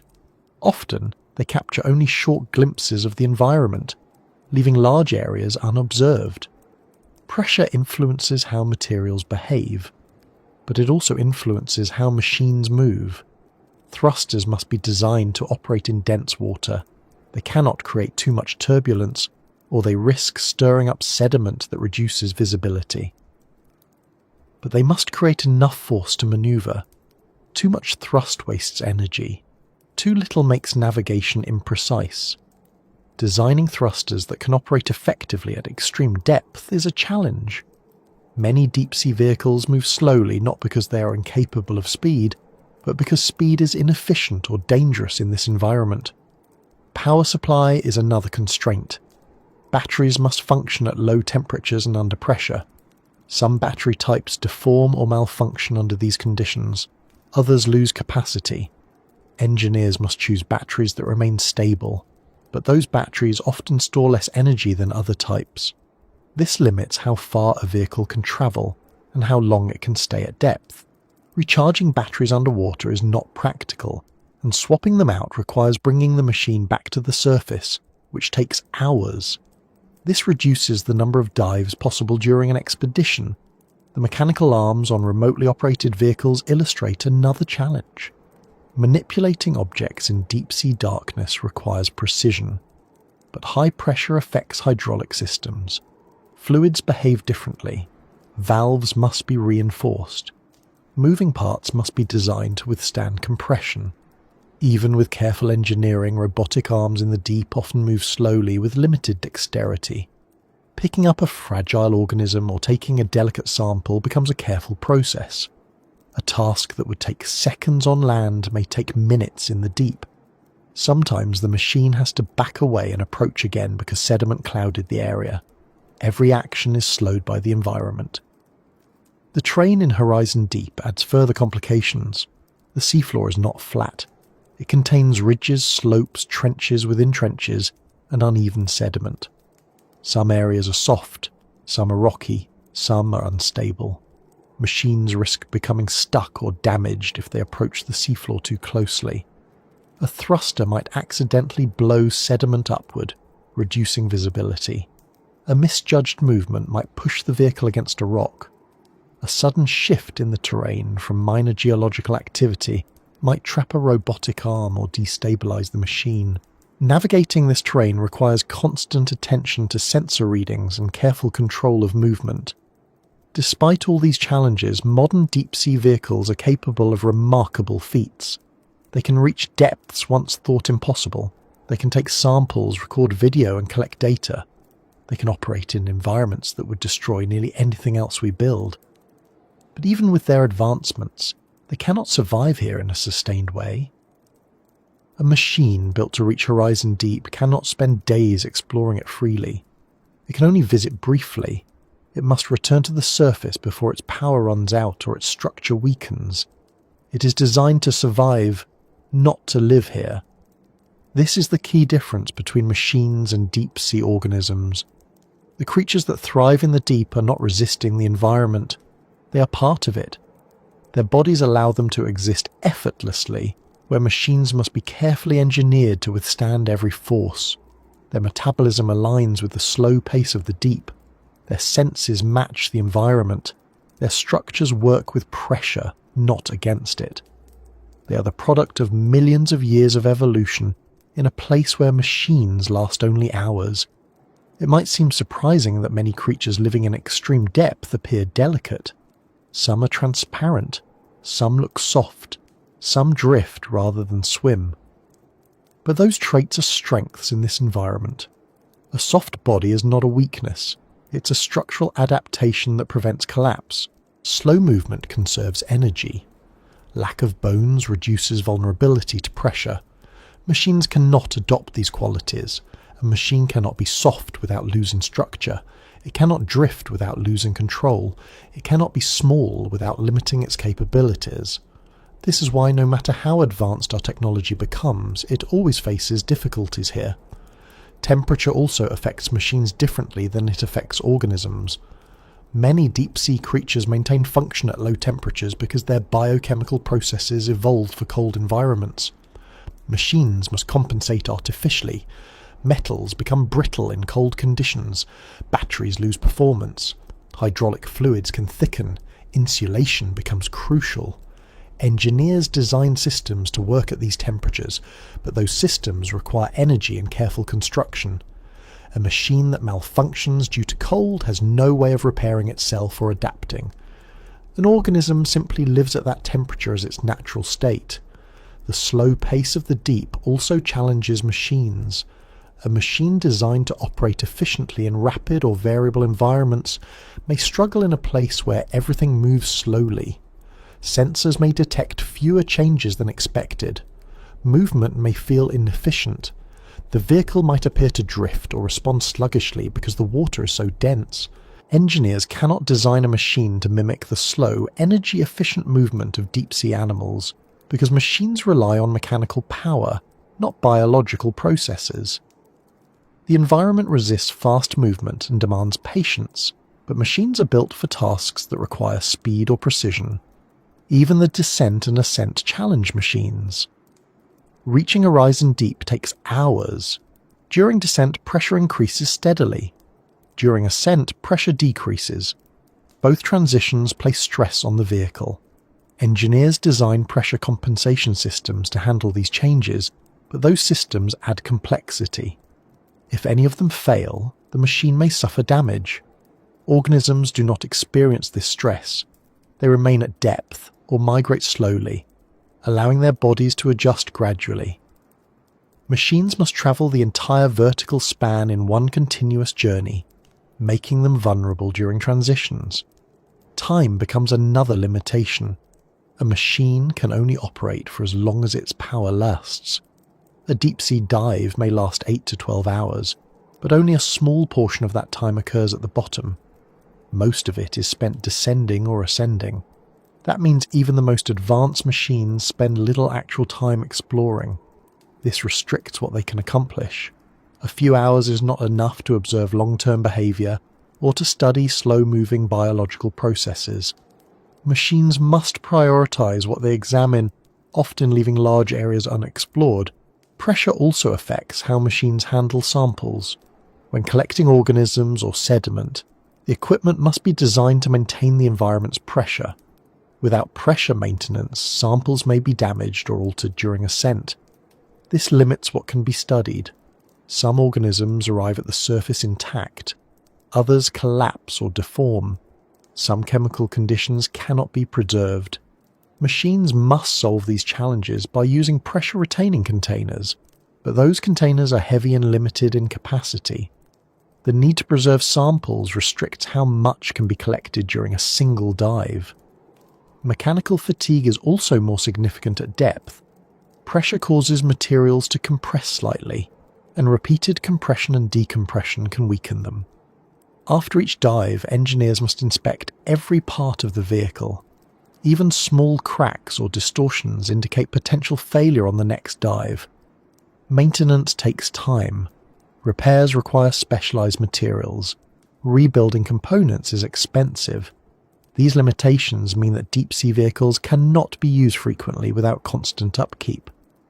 Another reason machines struggle here is the unpredictability of the deep ocean environment. The conditions appear stable, but local variations can occur.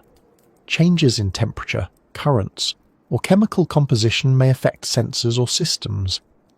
If a machine enters an area with unexpected conditions, it may not have the flexibility to adapt. Deep-sea animals adjust automatically because they evolved under these variations. Machines rely on predetermined settings. When considering all of these factors together, it becomes clear why machines cannot truly thrive where these organisms live naturally. Every element of the deep ocean environment — pressure, darkness, cold, density, limited energy — works against mechanical function. Life survives here by aligning with those forces. Machines survive only by resisting them, and resistance requires energy, careful design, constant maintenance, and limited operation. Even as technology improves, this fundamental mismatch persists. Machines may reach deeper, last longer, and gather more data, but they cannot become part of this world. They remain visitors. Their presence is temporary. Their capabilities are limited by physics, engineering, and the practical realities of operating in an environment humans did not evolve to understand firsthand. As we continue in the next section, the focus will move into how human limitations contribute to the difficulty of deep exploration, and why even the most robust machines require human oversight that becomes increasingly difficult the deeper the descent goes. One of the most important things to acknowledge when talking about exploring Horizon Deep is how unsuited the human body is to these depths. Machines fail for mechanical reasons, but humans fail for biological ones. The limitations are not subtle. They are immediate, absolute, and non-negotiable. People sometimes imagine that the reason we cannot explore the deep ocean directly is because we haven't built the right kind of diving suit, or because we need better technology, but the truth is far more straightforward. Human physiology is designed for life at sea level. Our lungs, our blood vessels, our bones, our nervous system, and even the chemical reactions that keep us alive all depend on an environment with low pressure, abundant oxygen, and predictable sensory input. The deep ocean removes all of that from the moment the descent begins. The first major challenge is pressure. At the surface, the human body handles 1 atmosphere of pressure easily. We don't feel it because the fluids and gases inside our bodies balance that pressure. But as soon as pressure increases, the balance collapses. Divers experience this even at relatively shallow depths. At 30 meters underwater, pressure triples. This alone can cause discomfort or injury if not managed correctly. Professional divers use pressurized equipment, decompression schedules, and gas mixtures to survive deeper dives. But these methods have strict limits. Beyond a few hundred meters, the pressure becomes so great that no diving suit can protect the wearer. Past that point, even breathing specialized gas mixtures becomes impossible. Oxygen becomes toxic under high pressure. Nitrogen causes narcosis. Helium can create neurological issues. There is no gas mixture that allows a human to breathe safely at extreme depths. This is why submersibles became the only viable method for human exploration. A submersible keeps the internal environment at normal atmospheric pressure, allowing occupants to breathe normally. But this innovation doesn't change the fact that the external pressure is immense. The pressure hull becomes the only thing standing between the human body and an environment that would crush it instantly. The hull must remain flawless. Any crack, deformation, or material weakness puts the crew at risk. Human fragility becomes apparent in the simple fact that survival depends on a thin barrier of engineered material. Even inside a submersible, the human body faces challenges. The confined space can cause discomfort, anxiety, or claustrophobia. The journey down is long and movement is restricted. There's limited ability to stretch, stand, or change position. This might seem like a minor inconvenience, but when the descent lasts hours, physical strain accumulates. Muscle fatigue becomes noticeable. Joints stiffen. Prolonged immobility affects circulation. Submersible designers account for this by including seats and restraints that reduce strain, but there's only so much space to work with. The sensory environment also has an impact. The deep ocean does not provide visual or auditory input that humans are used to. Everything outside the window is dark. The only visible features are those illuminated by artificial lights, and even then the scene is small. The human brain instinctively tries to make sense of surroundings, but the lack of context confuses perception. Without familiar cues, depth and distance become difficult to interpret. Some explorers describe the view as disorienting, not because it's frightening, but because the environment lacks structure. Sound behaves differently as well. Inside the submersible, mechanical noises from pumps, motors, and instruments become constant. The hull creaks and groans slightly under pressure. These sounds are normal, but they can be unsettling for people who are not accustomed to them. The knowledge that the pressure outside is many times greater than what the hull is designed to withstand adds psychological stress. Skilled operators understand that these noises do not indicate danger, but the human brain responds instinctively to unfamiliar sounds, especially in environments where the consequences of failure are severe. The cold of the deep ocean also affects humans indirectly. While the submersible protects its occupants, the internal temperature often fluctuates. Heating systems counteract the cold surrounding water, but maintaining a stable temperature can be challenging. Even small drops in temperature can affect comfort, dexterity, and focus. If condensation forms inside the vessel, it can create additional issues. Equipment becomes slippery. Vision through windows may become slightly distorted. Small problems accumulate quickly in tight spaces. Another consideration is oxygen. Inside a sealed submersible, oxygen must be supplied, and carbon dioxide must be removed. Humans cannot tolerate high levels of carbon dioxide. Even slight increases can cause dizziness, headaches, or impaired thinking. Deep-sea submersibles use scrubber systems to keep air breathable, but these systems rely on precise chemical reactions and specialized materials. If a scrubber fails, the situation becomes dangerous rapidly.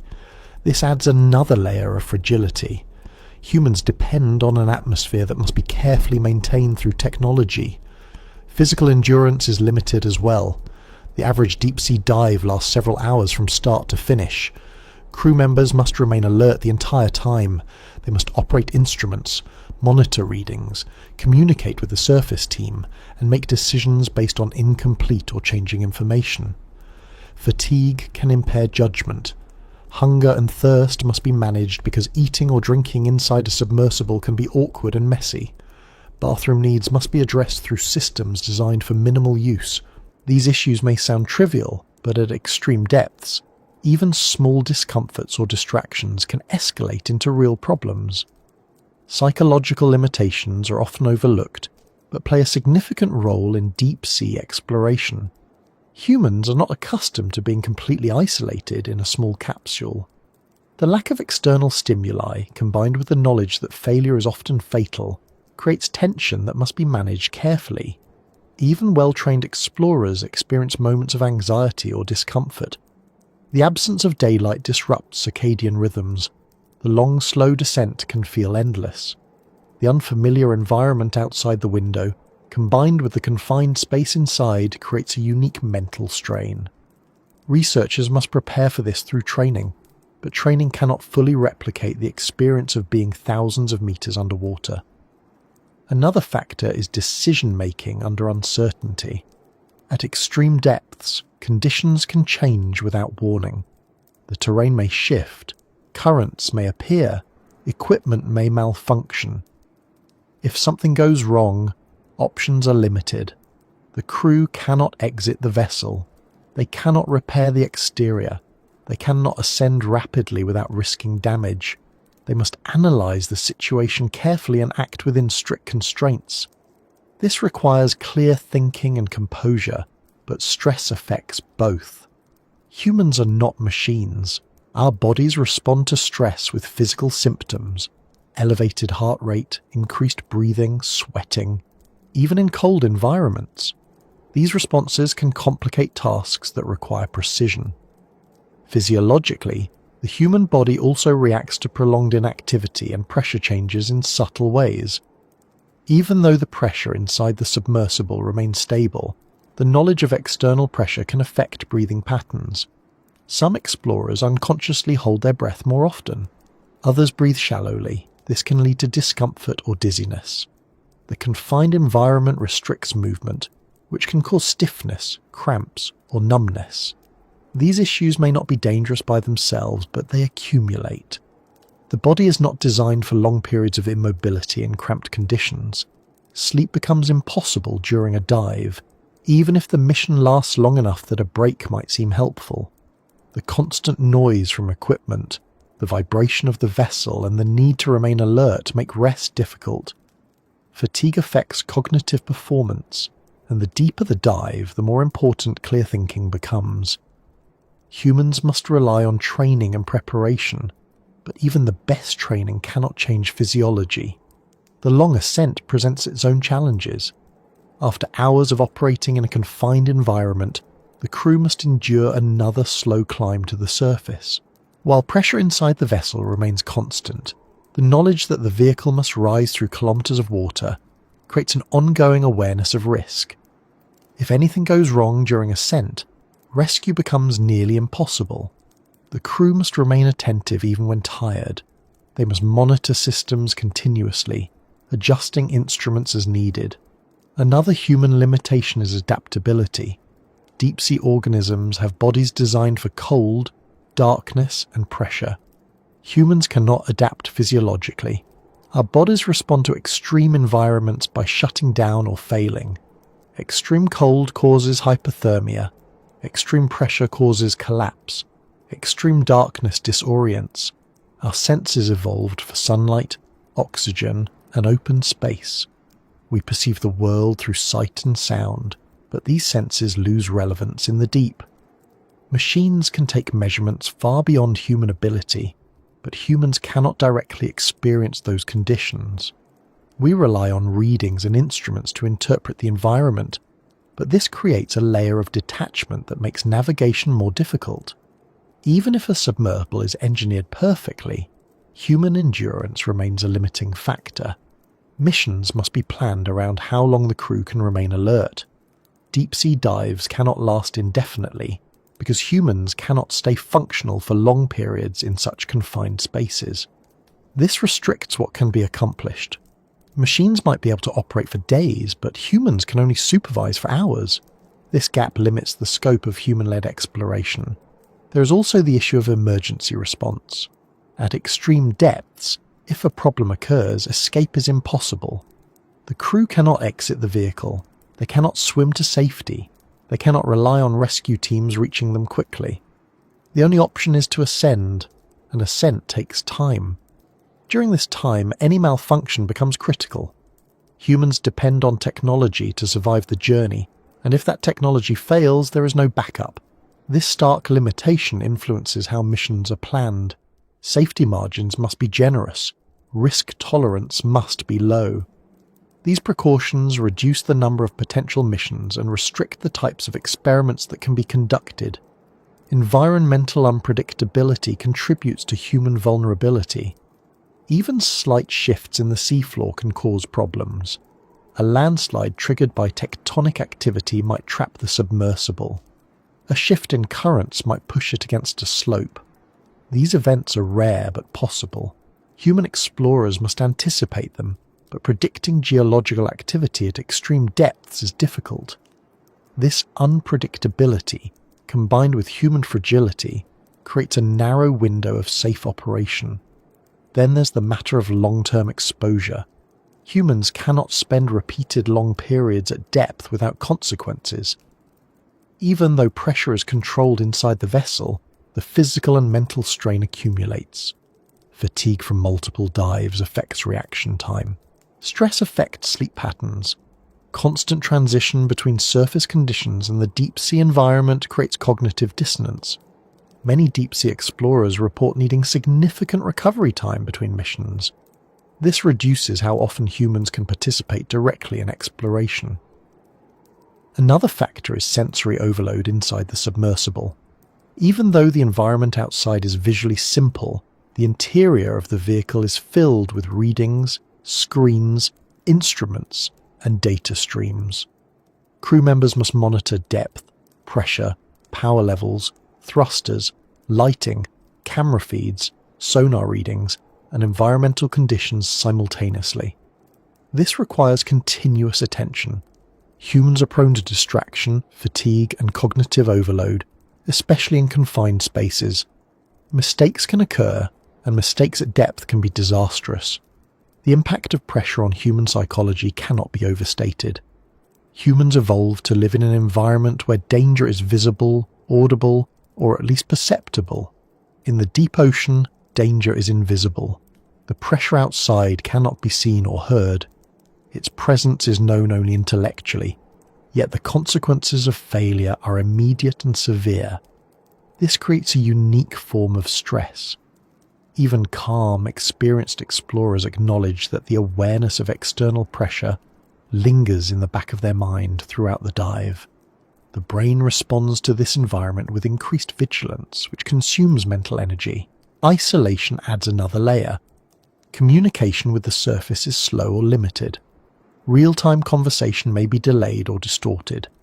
This separation forces the crew to rely on their own judgment. Even when guidance is available from the surface, the crew must interpret and apply it with limited context.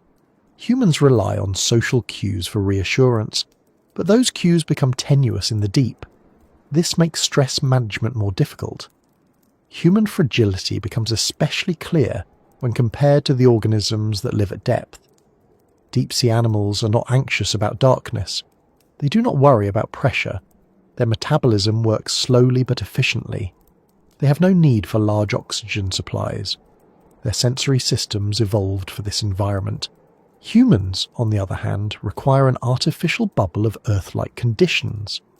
We bring our own air, light, and temperature into an environment that provides none of them. If any part of that bubble fails, survival becomes impossible.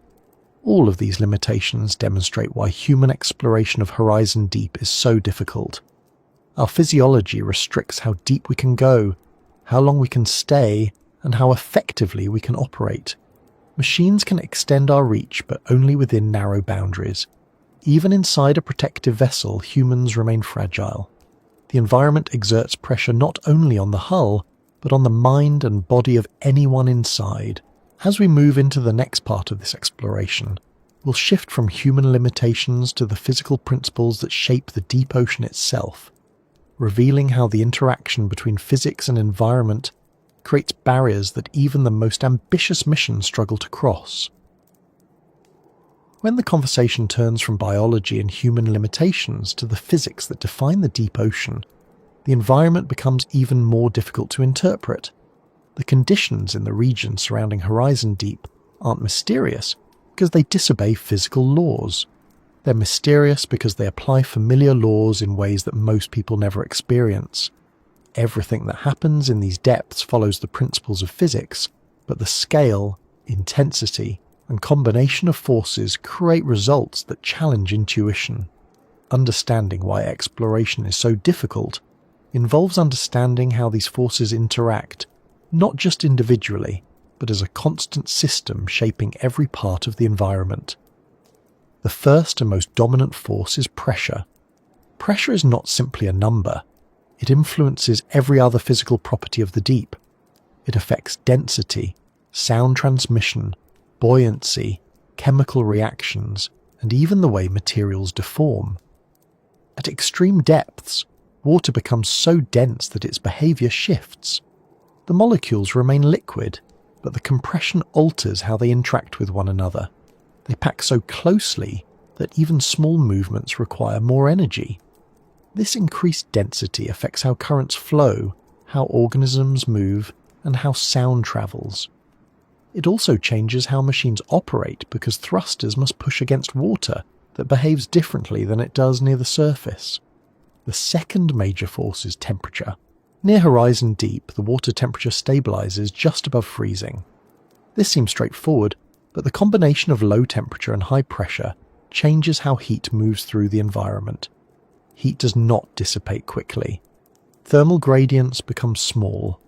The cold water remains stable because sunlight doesn't reach it, and geological heat sources are limited. This stability slows biological processes and influences chemical reactions. Many reactions that happen readily in shallow waters become sluggish, or nearly halted at these depths. Enzymes in surface organisms depend on specific temperature ranges to function correctly. In the deep, low temperatures alter reaction rates significantly. Organisms living here evolved enzymes that operate efficiently in cold water, while machines must rely on heaters or insulation to maintain operational temperatures. Even the batteries inside a submersible lose power faster in cold conditions, adding another constraint. Another fundamental aspect of deep ocean physics involves buoyancy. Buoyancy depends on density. As water becomes denser under pressure, buoyancy changes. A vehicle designed for shallow waters may behave unpredictably in the deep. It might sink faster or slower than expected. Its response to thrusters may lag. Its stability might shift as pressure compresses materials slightly. Engineers compensate for this by designing ballast systems that adjust buoyancy along the descent. These systems rely on careful calculations, but calculations cannot predict every variable. The density of seawater varies slightly with salinity, temperature, and depth. Even small variations influence buoyancy. This means that a vehicle may need to adjust continuously to maintain stability. Sound behaves differently as well. In the deep ocean, sound travels faster because pressure increases the elasticity and density of water. But the path sound takes becomes unpredictable. Temperature layers, pressure gradients, and salinity differences create channels where sound bends or refracts. These channels can trap sound waves, allowing them to travel long distances before dissipating. This behavior helps some deep-sea organisms communicate or detect distant objects, but it complicates human exploration. Sonar systems rely on sound waves bouncing off surfaces, but refraction can distort the readings. A rock formation might appear closer or farther than it really is. A slope might seem gradual when it is steep. Mapping a trench without accurate visual cues becomes challenging, especially when sonar must compensate for the absence of light. The physics of visibility is another important factor. Light diminishes rapidly in water because water absorbs and scatters photons. The deeper a vehicle goes, the more scattering occurs, and the less useful artificial lights become. Even powerful lamps illuminate only a small cone. Particles in the water scatter light, creating a kind of underwater fog. This scattering increases with depth because pressure compresses water molecules, reducing the space through which photons can pass. As a result, even the best lights cannot reveal large areas. Visibility remains limited, narrowing the range of exploration. This constraint affects navigation, observation, and safety. Chemical properties of seawater also shift under extreme pressure. Gas solubility increases, meaning water can dissolve more carbon dioxide, oxygen, and other gases at depth. But the higher solubility does not make these gases readily available to organisms. The cold temperature slows diffusion. Some deep-sea environments experience pockets of water with extremely low oxygen levels. Organisms in these areas must adapt to survive with limited oxygen. Machines must bring their own supply, relying on sealed systems that maintain internal atmospheric pressure. Pressure also influences phase transitions of materials. At the surface, substances like methane hydrates remain stable only under specific conditions. In the deep ocean, high pressure stabilizes these compounds. Methane trapped in ice-like structures forms deposits along trench walls and the sea floor. These deposits remain solid under the current conditions but could destabilize if disturbed, releasing methane into the water. This creates a potential hazard for exploration. Even small disturbances can trigger shifts in these deposits, affecting local chemistry. Another physical factor is viscosity. While the viscosity of water changes only slightly under pressure, the behavior of fluids inside machines can change significantly. Hydraulic lubricants become more viscous, slowing the movement of mechanical parts. Engineers must select fluids that remain stable under pressure, but options are limited. Fluids that perform well at depth may underperform at the surface, and vice versa. This requires designing systems that can handle temperature and pressure changes during both descent and ascent. Density gradients create layers of water that do not mix readily. These layers form at different depths because temperature and salinity vary across the water column. The deep ocean contains layers that remain stable for long periods. When a submersible passes through these layers, it may encounter changes in buoyancy or experience shifts in stability. The transition between layers can cause minor turbulence or slight changes in movement. This turbulence is not strong enough to be dangerous, but it complicates precise navigation. A sudden change in density can cause the vehicle to rise or sink slightly, requiring adjustments from the pilot. The geology of the deep ocean also follows physical principles, but these principles operate under different conditions than on land. Tectonic plates interact along trench boundaries, creating subduction zones where one plate moves beneath another. These zones generate intense pressure and heat deep below the sea floor. Although the water in Horizon Deep remains cold, the rocks beneath experience significant stress. This stress can cause earthquakes, though most are too small to be felt by submersibles. However, even small geological movements can disturb sediment or change the shape of the seafloor. Sediment becomes compacted under pressure. Over time, it forms layers that tell a story of past geological events.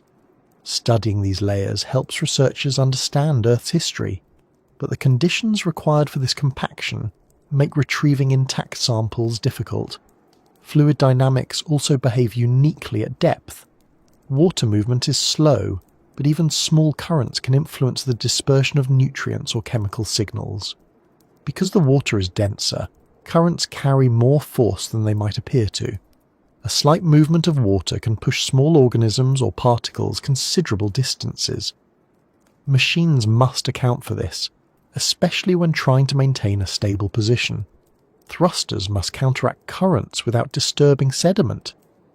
Maintaining a steady hover requires continuous adjustments. Another physical limitation involves pressure hull design. Pressure hulls must resist deformation, but materials compress slightly under extreme pressure. Even titanium, one of the strongest and most pressure-resistant materials available, compresses under load. This compression may seem insignificant, but it affects internal volume. If the hull compresses even a fraction of a millimetre, the internal space changes. This can affect the pressure inside the vessel, the arrangement of instruments, or the fit of components. Engineers must account for these changes during the design process. The hull must not only withstand pressure, but maintain structural integrity across repeated compression cycles. The physics of ascent and descent create additional challenges. As a submersible descends, pressure increases gradually. The hull compresses, internal systems adjust. Upon ascent, the reverse occurs. The hull expands slightly. Air inside the vessel must remain stable. Any changes in temperature during ascent can cause condensation or affect pressure inside sealed compartments. As pressure decreases, gases inside equipment may expand, potentially damaging components. Engineers must build systems to manage this expansion. This process becomes more complicated if the descent includes long periods at depth, during which materials may have adjusted to extreme conditions. Another physical aspect often overlooked is the interaction between light and pressure at depth. When light enters water, the increased density causes refraction. At greater depths, the density increases further, altering how beams of artificial light spread. This affects how cameras capture images. Edges may appear distorted, objects may seem closer or farther than they are. Interpreting visual data requires understanding how refraction changes at depth. Without this knowledge, distances and shapes may be misinterpreted, affecting navigation decisions. The physics of sediment movement also create hazards. Sediment on the seafloor can be extremely fine, forming thick layers that accumulate over time. The high pressure compacts these layers, but they remain loose enough to be disturbed by movement. When a submersible approaches the seafloor, thrusters can stir up sediment, creating clouds that reduce visibility. These clouds take longer to settle in dense water, delaying exploration. They can also interfere with sensors, clog equipment, or obscure objects. In some cases, sediment may slide down slopes, creating small underwater avalanches that could damage a vehicle. Another physical challenge arises from the limited energy sources available at depth. Sunlight does not reach the deep ocean, so heat from the sun cannot warm the water. Chemical energy from hydrothermal vents is present only in specific areas. Most of Horizon Deep lacks these sources. Without heat, convection currents remain weak. The water stays cold and stable. This stability slows mixing and reduces nutrient distribution. Machines must carry their own power sources, as no renewable energy exists in this environment. Solar panels are useless. Wind cannot reach these depths. Wave motion does not translate into mechanical energy. This means machines rely entirely on batteries or power supplied through cables from the surface. Each method has limitations. Batteries restrict mission duration. Cables restrict movement. Pressure also affects how gases behave inside organisms and machines. Gases compress under pressure, reducing their volume. This is why swim bladders collapse in deep-sea fish from shallower waters. Machines must avoid trapped air because compressed air can increase pressure inside components or cause structural stress. Engineers eliminate air pockets by filling systems with oil or other incompressible fluids. This reduces the chance of damage but adds weight and complexity. Another area where physics plays a critical role is the behavior of salt. Salinity varies across the ocean, but at extreme depths, salinity can influence freezing point, density, and chemical activity. High salinity lowers the freezing point of water, allowing liquid water to remain stable at temperatures below 0 degrees Celsius. This affects the stability of ice-like substances such as methane hydrates. Machines operating near these deposits must avoid disturbing them, as abrupt changes in pressure or temperature could destabilize the structures. The physics of magnetism also come into play. The Earth's magnetic field behaves differently in deep trenches, especially near subduction zones. Magnetic anomalies can occur due to mineral composition in the rocks. These anomalies confuse compasses and navigation systems. A vehicle relying on magnetic guidance may veer off course. Engineers design vehicles to use multiple navigation systems to compensate, but unexpected anomalies still pose challenges. Fluid pressure inside organisms influences their buoyancy and internal structure. Deep-sea creatures often fill their tissues with incompressible fluids that maintain shape under pressure. Machines must replicate this with engineered solutions. Oil-filled housings protect electronics by equalizing pressure. But oil behaves differently under temperature changes. It may expand or contract, affecting pressure inside the housing. Balancing these forces requires careful engineering. Even simple mechanical operations become complicated under pressure. Hinges, joints, and seals must operate smoothly despite compression. Lubricants must remain stable. Moving parts must resist corrosion. Salt water corrodes metal rapidly. At depth, corrosion happens differently because oxygen levels are lower and chemical reactions slow. But over time, even small amounts of corrosion can weaken components. Engineers must choose materials that resist corrosion while maintaining strength and flexibility. Titanium, stainless steel, and specialized alloys become essential, but each material comes with trade-offs. The physics governing chemical reactions changes under pressure as well. Reaction rates slow. Diffusion slows. Electrical conductivity shifts. Even pH levels can fluctuate under extreme conditions. These changes affect sensors that measure chemical properties of the water. Sensors must be calibrated for depth-specific conditions, not surface conditions. Without accurate measurements, data becomes unreliable. All of these factors converge to create an environment where exploration requires not only sophisticated technology, but a detailed understanding of the physical principles shaping the deep. Pressure alone presents immense challenges, but combined with temperature, density, salinity, light loss, and geology, the environment becomes a complex system that pushes against every form of exploration. As we continue into the next part, the focus will shift from the physics shaping Horizon Deep to the larger boundaries that exist between what we want to explore and what is realistically possible, revealing why some limits are not just technological, but fundamentally tied to the nature of the ocean itself. When the limitations of physics, biology, and technology are all placed alongside one another, a clearer picture begins to form about why certain places on Earth remain so difficult for humans to explore. Horizon Deep, like the rest of the ocean's most extreme environments, presents boundaries that do not yield simply because we have a strong desire to reach them.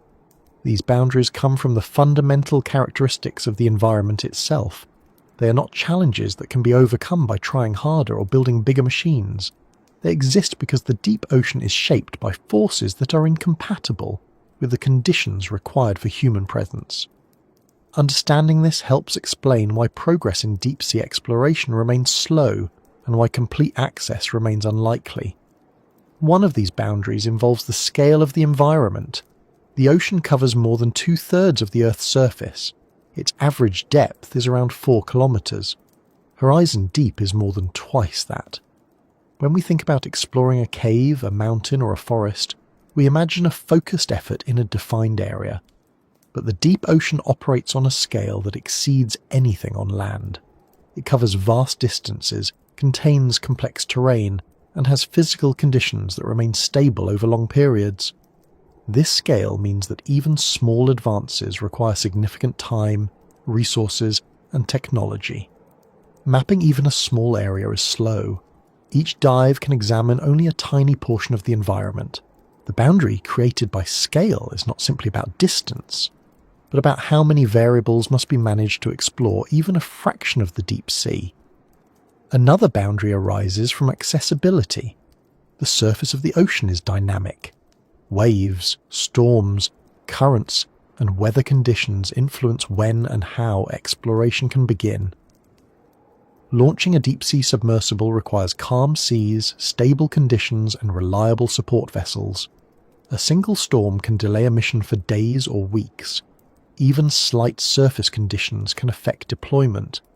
This means that reaching Horizon Deep is not a constant possibility, but a narrow opportunity that depends on factors outside human control.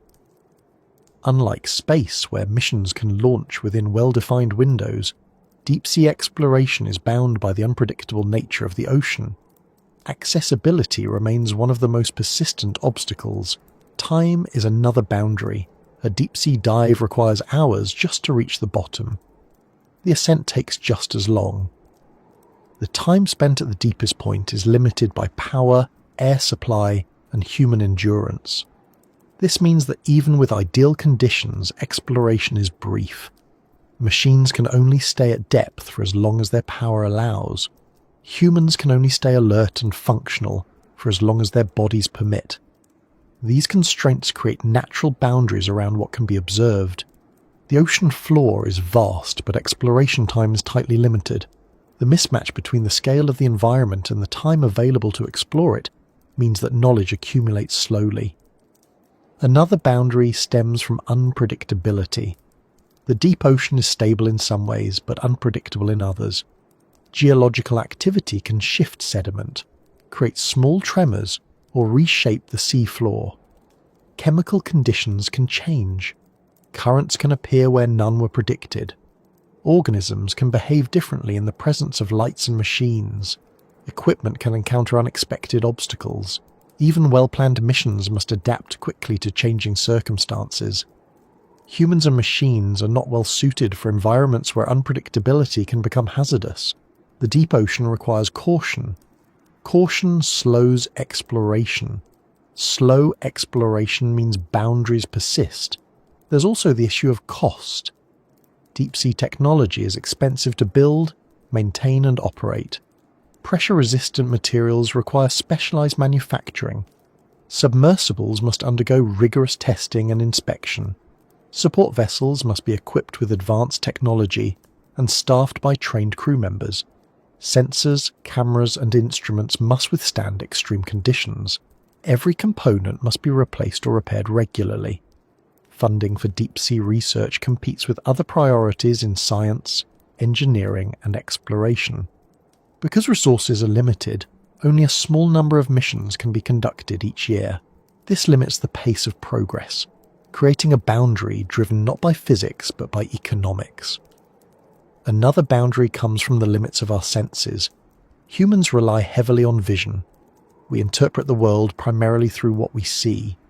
But in the deep ocean, vision becomes nearly useless. The darkness eliminates visual cues. Artificial light reveals only small areas. Sonar provides data, but interpreting sonar images requires experience and training. Even then, sonar cannot fully replace sight. It produces outlines, shapes, and approximations. Making sense of these requires patience and skill. Because our senses are not designed for this environment, we rely heavily on instruments. Instruments must be interpreted, and interpretation takes time. This sensory limitation creates a boundary that restricts how quickly and accurately humans can understand what they find. Another boundary comes from the nature of risk. Every deep-sea mission carries risk. Machines can fail. Communication can be disrupted. Navigation can become uncertain. Human occupants depend on technology functioning perfectly. Because mistakes can be fatal, missions cannot proceed aggressively. They must move slowly, make conservative decisions, and avoid unnecessary risks. This reduces the amount of progress possible on each dive. When risk is high, exploration must be cautious. Caution creates limits. A related boundary comes from the fragility of the environment. While the deep ocean appears rugged, many of its ecosystems are delicate. Organisms living here grow slowly. They reproduce infrequently. They depend on stable conditions. A disturbance caused by a vehicle's thruster, a sample collection, or the presence of artificial light can disrupt local ecosystems. Researchers must balance the desire to gather information with the need to avoid harming the environment. Because of this, they often limit the number of samples collected, the amount of movement allowed, and the duration of exploration. Protecting the environment reduces the pace of exploration, creating another boundary. One boundary that often goes unrecognized is the boundary created by knowledge gaps.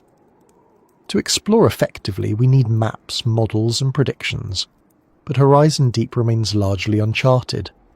Without detailed maps, navigation becomes more challenging. Without understanding fluid dynamics at depth, predicting currents becomes difficult. Without a clear picture of geological activity, avoiding hazards becomes guesswork. These knowledge gaps slow progress because every mission must proceed cautiously. Filling these gaps requires exploration, but exploration proceeds slowly because the gaps exist. It becomes a circular limitation. Another boundary is technological maturity. Deep-sea exploration relies on systems that are constantly being refined. New materials, sensors, and propulsion systems are tested regularly. But technological development takes time. Manufacturing pressure-resistant components is complex. Testing must occur in controlled environments before deployment. Certification requires repeated trials. Each improvement comes with costs and delays. Until technology reaches a higher level of reliability, boundaries remain in place. Even the most advanced systems today carry limitations that will eventually be overcome, but not quickly. Human presence, while valuable for decision-making and observation, introduces another boundary. Machines can be built to withstand extreme pressure. Humans cannot. This means that any vehicle carrying people must include heavy, thick pressure hulls. These hulls limit speed, maneuverability, and endurance. A machine designed without humans inside can be smaller, lighter, and more flexible. But such machines cannot replace human judgment. They cannot adapt to unexpected situations with the same insight. They cannot make complex decisions without significant programming. Until autonomous systems become more capable, human presence will remain essential, and the limitations imposed by human fragility will continue to shape exploration. Another boundary comes from communication. Because radio waves cannot travel through water effectively, communication relies on sound or tethered cables. Both have limitations. Acoustic communication is slow. Messages can be distorted or delayed. Cables restrict movement and can become entangled. This lack of reliable communication creates a boundary that limits how far and how freely machines can travel. Without communication, machines must act carefully and conservatively. This reduces the area they can cover and the complexity of tasks they can perform. There are also boundaries created by the need to preserve safety margins. Engineers must design systems that remain safe even in worst-case scenarios. This means using thicker materials, heavier components, and redundant systems. These safety margins add weight, increase costs, and limit design options. Removing them would increase risk. Maintaining them slows progress. A critical boundary is the limit of energy. Batteries have improved, but energy storage remains a bottleneck. Deep-sea vehicles need power for propulsion, lights, instruments, cameras, communication, and heating systems. Each requirement drains energy. The more tasks a vehicle performs, the faster power drops. Because there are no external energy sources at depth, vehicles must return to the surface before power runs out. This limits mission length and reduces how much can be explored in a single dive. Even machines tethered to the surface via cables rely on power from the ship, but cables introduce drag and restrict movement. Energy limitations remain one of the most significant barriers. Another boundary is the limit of endurance for support vessels. Research ships face weather constraints, fuel limits, crew fatigue, and equipment maintenance. They cannot remain at sea indefinitely. They must return to port for resupply, repair, or crew rotation. These limitations restrict how many deep-sea missions can be conducted in a single expedition. Ships also require carefully timed schedules to avoid storms or rough seas. Even minor delays can reduce the number of dives possible. The structural boundary of the ocean floor itself also plays a role. Horizon Deep lies at the bottom of a trench shaped by tectonic forces. The terrain is rugged and unstable in some areas. Slopes can be steep. Rock formations can protrude unexpectedly. Soft sediment can conceal hazards. Machines must avoid contact with the seafloor to prevent damage or entrapment. This reduces the ability to explore certain areas closely. The terrain acts as a physical boundary that limits movement. There are boundaries created by the limitations of measurement. Instruments can only detect certain wavelengths, chemicals, or physical features. Some phenomena remain invisible. Sensors may fail at depth. Cameras may capture incomplete images. Sonar may produce ambiguous readings. The limitations of measurement create boundaries around what we can understand. Without accurate measurements, theories remain incomplete. Without complete data, models remain uncertain.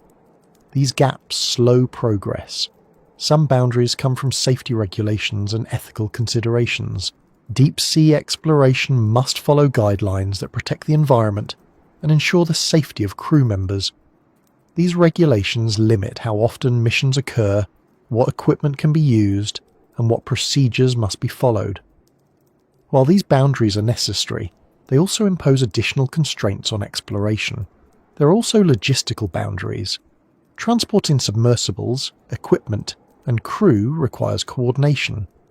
Research expeditions must schedule multiple teams, including scientists, engineers, ship crew, and support staff. Equipment must be transported across oceans.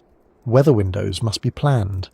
The complexity of logistics slows progress and limits how often deep-sea exploration can take place. Psychological boundaries influence how humans approach exploration. The idea of descending into a dark, high-pressure, unfamiliar environment can create anxiety. Even trained researchers carry a sense of caution. This caution is appropriate but affects decision-making. Humans naturally avoid risk, especially when consequences are severe. This influences how missions are planned, how long they last, and what tasks are prioritized. Psychological boundaries are not limitations of skill or bravery, but natural responses to the environment. The combination of all these boundaries creates an environment where exploration remains partial and incremental. Some boundaries may eventually be overcome. New materials may improve pressure resistance. Better batteries may extend mission length. Advanced autonomous systems may navigate more effectively.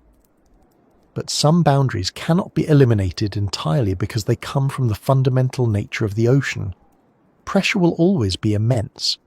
Darkness will always be complete. Temperature will always be near freezing. Depth will always require long descents and ascents. These forces create limits that cannot be fully removed by technology. As we continue into the next part of this journey, the focus will shift to what can be observed from a distance, how observations made far above the trench shape our understanding, and why remote sensing provides insight even when direct exploration remains limited. When direct exploration is limited, as it is in the deepest areas of the ocean, much of our understanding comes from observations made far above the seafloor. This perspective might seem counterintuitive. We often assume that proximity leads to deeper insight. But with Horizon Deep and similar locations, closeness becomes a challenge. Distance, in many cases, becomes an advantage. Observing from above, whether from ships on the surface, satellites in orbit, or instruments suspended in the water column, provides information that would be impossible to gather from the seafloor alone. These observations form the foundation for everything we think we know about the deep ocean, even though they arrive indirectly. The most immediate observations come from research vessels positioned on the surface. These ships carry sonar systems, mapping equipment, and instruments designed to measure water properties. Multi-beam sonar systems send out sound waves that bounce off the seafloor and return to the ship. By measuring the time the waves take to return, scientists construct maps of the ocean floor.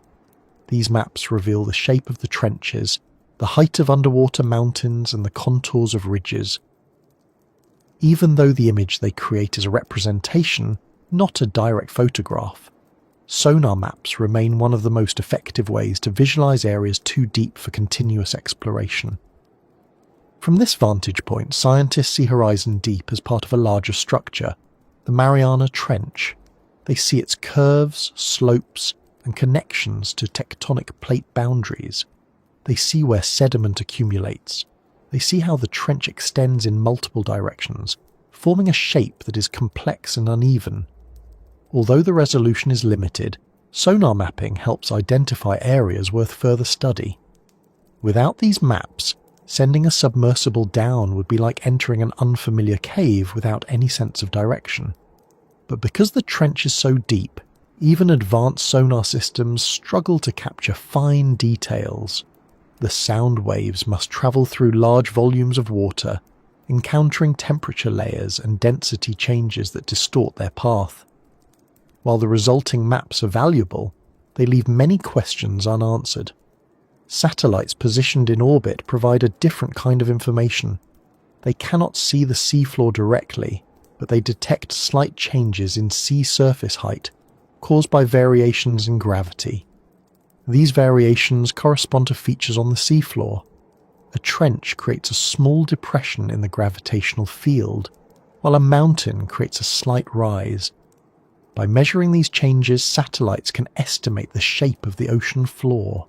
This method offers broad coverage, allowing scientists to build global maps that capture features across entire ocean basins. However, satellite data lacks detail. It provides the general outline of trenches but not the fine contours. It reveals patterns but not specifics. Still, it guides research by identifying areas where detailed mapping would be beneficial. Another set of observations comes from instruments suspended in the water column. These instruments measure temperature, salinity, oxygen levels, and other chemical properties. Some drift with currents, others are anchored to the seafloor, some rise and fall autonomously. Together, they provide a vertical profile of the ocean. These profiles show how water properties change with depth. They reveal layers of water with distinct temperature or salinity. They show where oxygen becomes scarce or where nutrients accumulate. These data help scientists understand how water moves through the trench, how it mixes, and how it affects the chemical environment. From these observations, researchers see that Horizon Deep is not isolated. It interacts with the larger ocean. Water from surrounding regions flows into the trench, carrying nutrients, sediments, and organisms. Currents circulate slowly, influenced by the shape of the trench and the density of the water. These currents affect how sediment settles.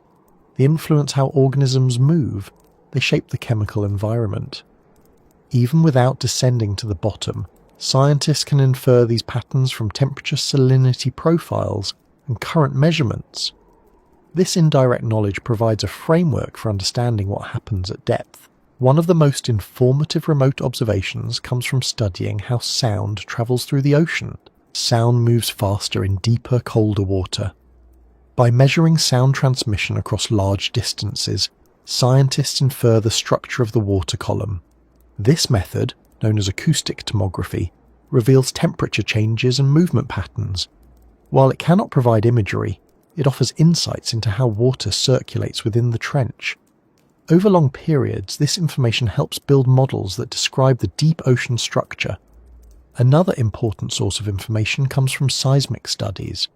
When earthquakes occur, they generate waves that travel through the Earth's crust and the ocean floor. Instruments on the seafloor and on land record these waves. By analysing how they move, scientists infer the structure of the tectonic plates beneath the trench. This helps explain how the trench formed and how it changes over time. Seismic studies reveal that Horizon Deep lies at the boundary between two plates, where one plate moves beneath the other. This downward movement creates the trench's depth and affects the geology around it. These observations from far above or far away provide context for the deep sea environment, even though they originate from outside it. Another method of observing the deep ocean comes from studying the biological material that drifts upward. Water samples from various depths contain DNA fragments, microorganisms, and organic particles. By analysing these samples, scientists infer what kinds of organisms live at depth. This approach, known as environmental DNA analysis, allows researchers to detect species that have never been seen directly. The DNA fragments floating upward carry clues about the organisms that reside far below. This method does not replace direct observation, but it expands what we know about biodiversity. Observations from autonomous vehicles also provide valuable insights. These vehicles do not carry humans but remain tethered to the surface or operate independently. They travel through the water column collecting data. Some reach deep depths, mapping areas that have never been visited by human-occupied submersibles. Although these vehicles still face the limitations imposed by pressure and darkness, they can cover more ground than human-led missions. They gather continuous data on water properties, currents, and acoustic signals. From this distance, they provide a broad view of patterns that would be difficult to see from a single location on the seafloor. Long-term observations also come from moored instruments that remain in place for months or years. These instruments record changes over time, seasonal shifts in temperature, variations in current strength, fluctuations in oxygen levels. These time series records provide a sense of how the environment evolves. They reveal patterns in how water moves, how nutrients circulate, and how external events influence the deep ocean. Without these long-term observations, understanding the deep would rely solely on brief snapshots from short expeditions. The moored instruments provide a continuous thread of data. Even though these methods offer valuable information, they carry limitations. Observations from far above cannot replace direct study. They cannot reveal the exact shape of individual rocks or the precise behavior of organisms. They cannot capture small-scale interactions. But they provide necessary context, guiding direct exploration and helping scientists understand what to expect when machines finally reach the seafloor. Remote observations also help identify where conditions change. For example, researchers may see slight temperature anomalies at certain depths. These anomalies hint at the presence of hydrothermal activity or unusual water flows. They may reveal areas where currents converge or diverge. These hints guide future missions. By knowing where unusual conditions occur, scientists can plan dives more effectively. Remote sensing also reveals how large-scale climate patterns influence the deep ocean. Although the deep remains cold and stable, surface conditions eventually affect it. Changes in surface temperature, salinity, or circulation patterns move downward slowly. Over decades, these changes reach the deep ocean, altering long-term stability. Satellites monitor the surface. Drifting buoys monitor mid-depths. Deep moorings monitor the bottom. Together, they show how global climate variations impact even the deepest parts of the ocean. Without these observations, scientists would struggle to understand how Horizon Deep fits into the larger Earth system. In some cases, remote observations offer clues about geological hazards. Seismic studies reveal plate movement. Satellite measurements detect subtle shifts in sea surface height. Together, they help identify areas where landslides or earthquakes might occur. These hazards can reshape the seafloor. They can disturb deep-sea ecosystems. They can influence sediment distribution. Observations from far above provide early warnings about these changes, even if they cannot prevent them. Another significant insight gained from remote observation is the recognition of slow processes that shape the deep ocean. While the seafloor appears static, it changes over long periods. Sediment accumulates gradually. Currents redistribute particles. Chemical gradients shift. These changes happen too slowly to detect during a brief dive. But by comparing long-term records, scientists see how these processes influence the environment. Understanding these slow changes helps interpret what submersibles observe when they finally reach the bottom. Remote observations also provide a broader context for biological activity. Drifting particles carry clues about organisms living at various depths. Microbial communities resemble those found near other deep environments. Organic material from the surface shows how nutrients move downward. These data help explain why certain organisms survive in horizon deep while others do not. They reveal patterns that direct observation alone cannot capture.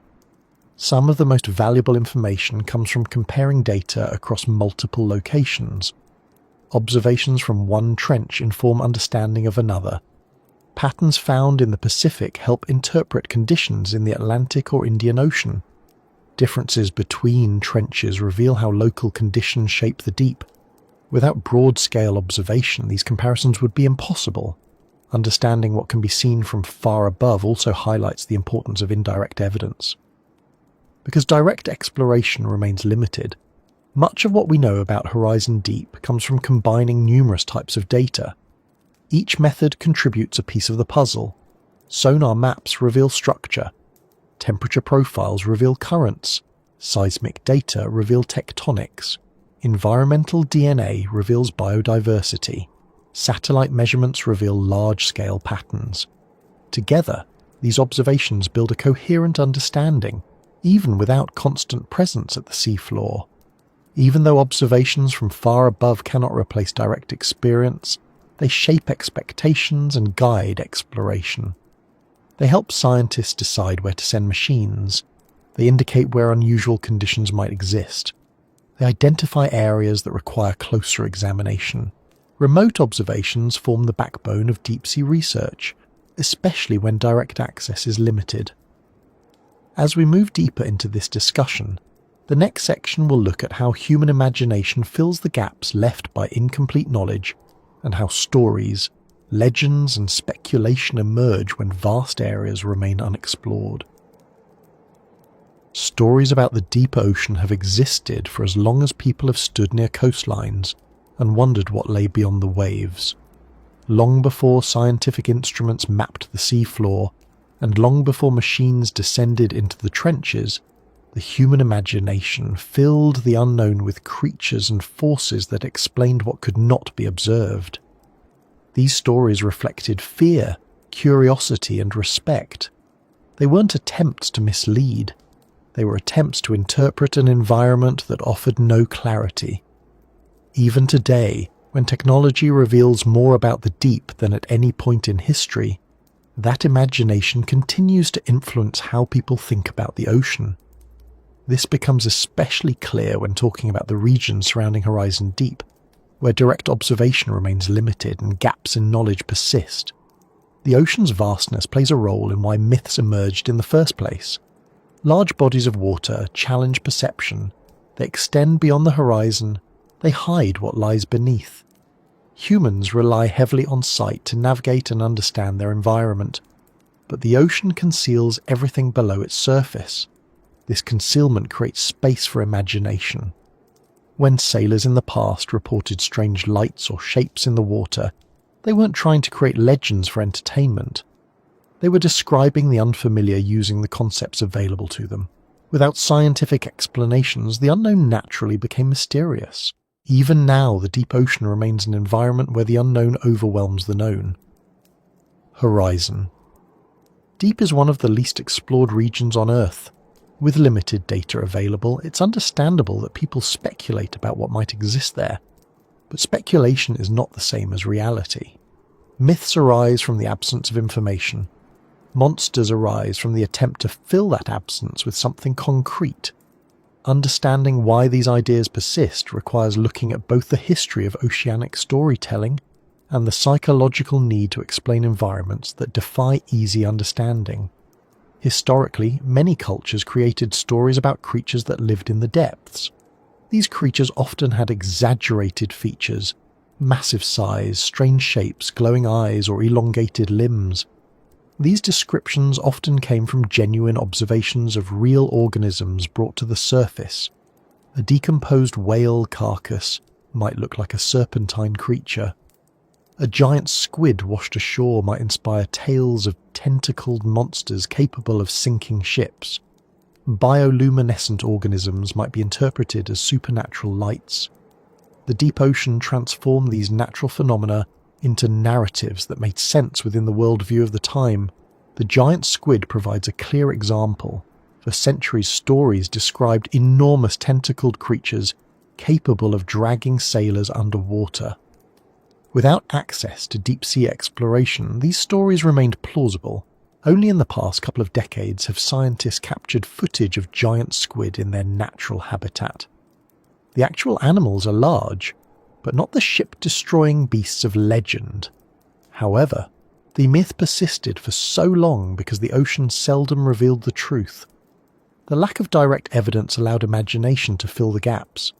Even today, myths continue to emerge despite scientific progress. People sometimes speculate about unknown species living at extreme depths. They imagine organisms larger than any documented creature.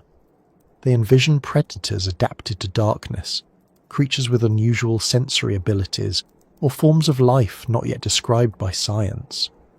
Some of these ideas stem from genuine curiosity. Others reflect the difficulty of reconciling the scale of the deep ocean with the limited amount of knowledge available. When an environment is mostly inaccessible, imagination expands to fill the void. Horizon. Deep's isolation amplifies this effect.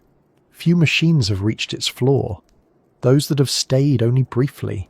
The footage captured reveals sparse sediment, slow-moving organisms and limited activity.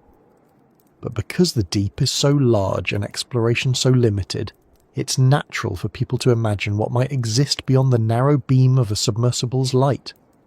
The darkness hides everything outside that small area.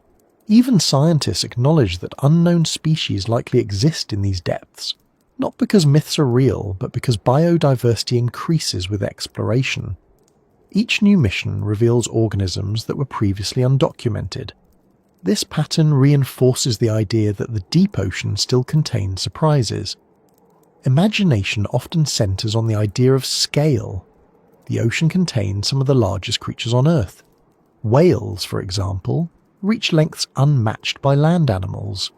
The colossal squid approaches sizes that seemed unbelievable until specimens were found. Because of this, people assume that even larger creatures might exist at greater depths.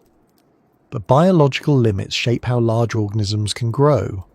Pressure, food availability, and metabolic constraints restrict maximum size. Living at extreme depths requires energy-efficient adaptations, and large sizes require substantial energy sources. Those conditions usually do not align in the deep. While unknown species may exist, creatures of mythical proportions are improbable.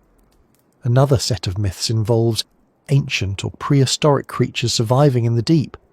Stories occasionally suggest that dinosaurs or extinct marine reptiles might have retreated to the trenches. These ideas appear in popular culture but lack evidence.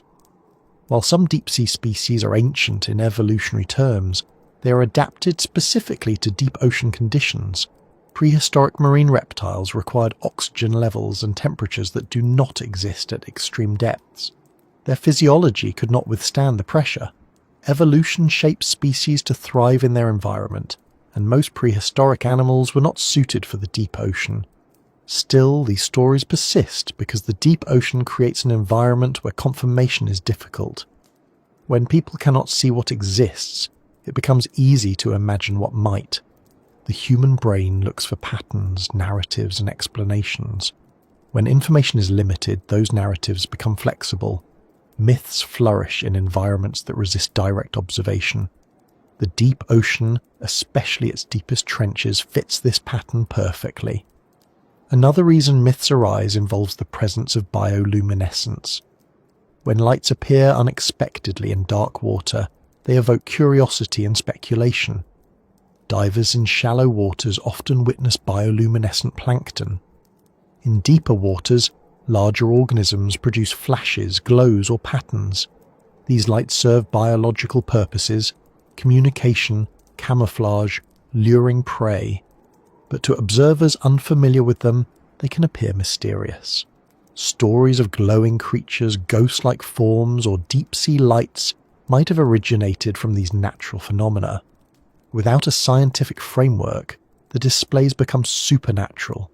Sound also contributes to myths. The ocean carries sound well, and unusual noises recorded by hydrophones sometimes generate speculation. Rumbling, clicking, or distant roars might be caused by seismic activity, ice movements, or marine animals. But when recordings lack clear context, interpretations become imaginative. Some unexplained sounds eventually receive scientific explanations. Others remain ambiguous due to limited data. These unresolved cases naturally attract theories that stretch beyond what is known. Another important aspect of deep-sea myths is the human relationship with fear. The deep ocean challenges survival.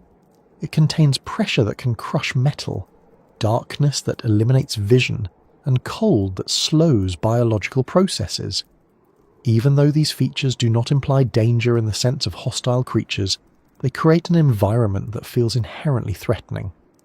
When humans feel vulnerable, they often project that vulnerability onto the environment. Stories of monsters become symbolic expressions of fear rather than literal descriptions. They represent the danger of the unknown, not actual organisms. Some myths originate from misunderstandings of scientific findings.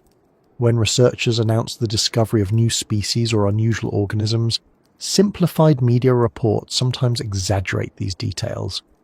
A deep-sea fish with large teeth becomes a fearsome predator in headlines. A jellyfish with long tentacles becomes a monstrous creature. Sensational descriptions attract attention, but distort reality. Over time, these distortions contribute to myths. The persistence of deep-sea myths has both challenges and benefits.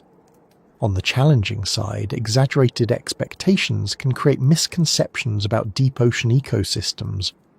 People might imagine that the deep is filled with dramatic or dangerous creatures, when in reality it is a quiet, slow-moving environment, with organisms adapted for low-energy lifestyles. Misconceptions can distract from genuine scientific insights. On the beneficial side, myths capture attention. They inspire curiosity. They draw people into the subject. Curiosity leads to questions, and questions lead to research. In this way, myths contribute indirectly to scientific exploration by motivating interest. Another important factor in understanding myths is the role of cultural storytelling. Different cultures have different interpretations of the deep. Some imagine benevolent creatures, others imagine dangerous ones. The stories often reflect cultural values, fears, or relationships with the sea. Exploring these cultural interpretations provides insight into how humans historically understood oceans long before scientific tools existed. The myths themselves become a record of human responses to the unknown. Even though modern science provides clearer explanations, myths remain part of human thinking, because imagination does not disappear when knowledge increases. Instead, imagination adapts. It shifts toward new questions. What organisms remain undiscovered? What geological processes shape the trench? What technologies will allow deeper exploration? These questions are grounded in reality, but they still reflect the same curiosity that created myths in the past. Modern imagination blends with scientific discovery in another way. Researchers sometimes find organisms that seem unusual even by deep-sea standards. Transparent fish, elongated crustaceans, gelatinous creatures, and unfamiliar shapes often challenge assumptions. These findings show that reality in the deep can appear strange without requiring mythical explanations. The deep ocean reveals that Earth contains more diversity than expected, and this diversity naturally fuels imagination. While these creatures do not match historic descriptions of monsters, they illustrate that unfamiliar life exists in places we seldom reach. Another interesting perspective is how scientific uncertainty contributes to imaginative speculation. When researchers acknowledge that they have only explored a small percentage of the deep ocean, some people interpret this as evidence of hidden creatures. But scientific uncertainty is not evidence of extraordinary organisms. It is simply an acknowledgement of the limits of exploration. The deep ocean contains unknowns, but unknowns do not guarantee dramatic discoveries. They guarantee that more research is needed. Understanding the difference between possibility and probability becomes important. It is possible that unknown species exist in horizon deep. It is improbable that they resemble the creatures described in myths. Scientists approach this with caution.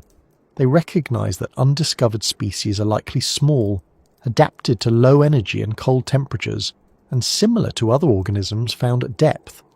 The nature of the environment shapes what can survive. Imagination might explore alternatives, but biology and physics set boundaries. Another aspect worth considering is how myths change when new information emerges. When cameras first captured giant squid in their natural habitat, the myth shifted. It didn't disappear. It adapted. The creature was no longer a ship-destroying monster, but an impressive, rarely seen organism. People still find it fascinating, but the fascination comes from reality rather than fiction. This pattern might apply to other deep-sea species as exploration continues. As new discoveries occur, imagination refines itself. The deep ocean's relationship with myths also reflects how humans interpret silence.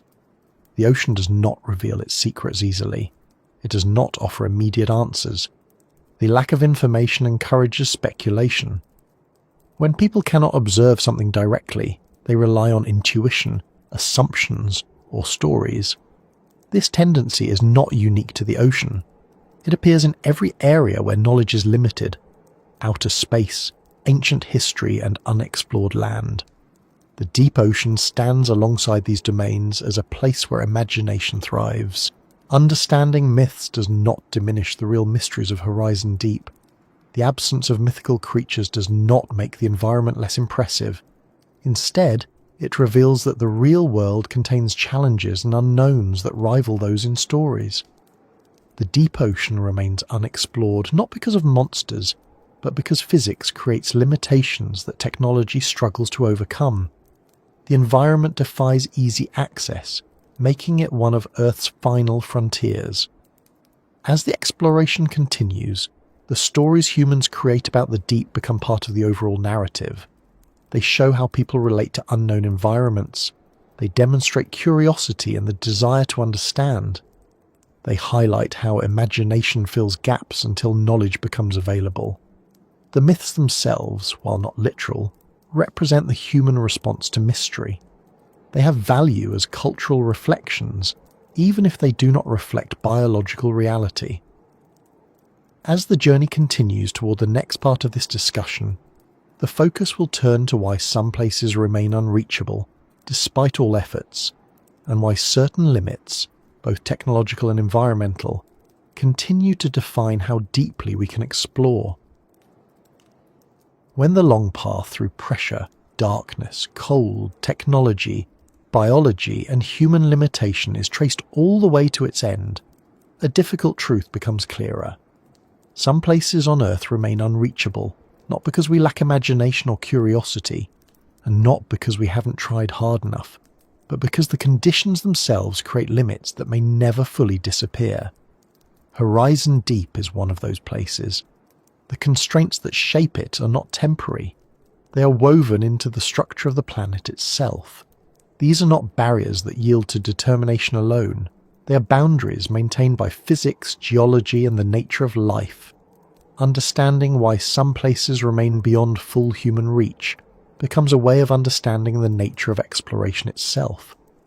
The first reason some places stay unreachable is the combination of distance and pressure. Distance in the deep ocean is not measured in kilometers the way it is on land. It is measured in vertical descent, time, energy, and physical stress.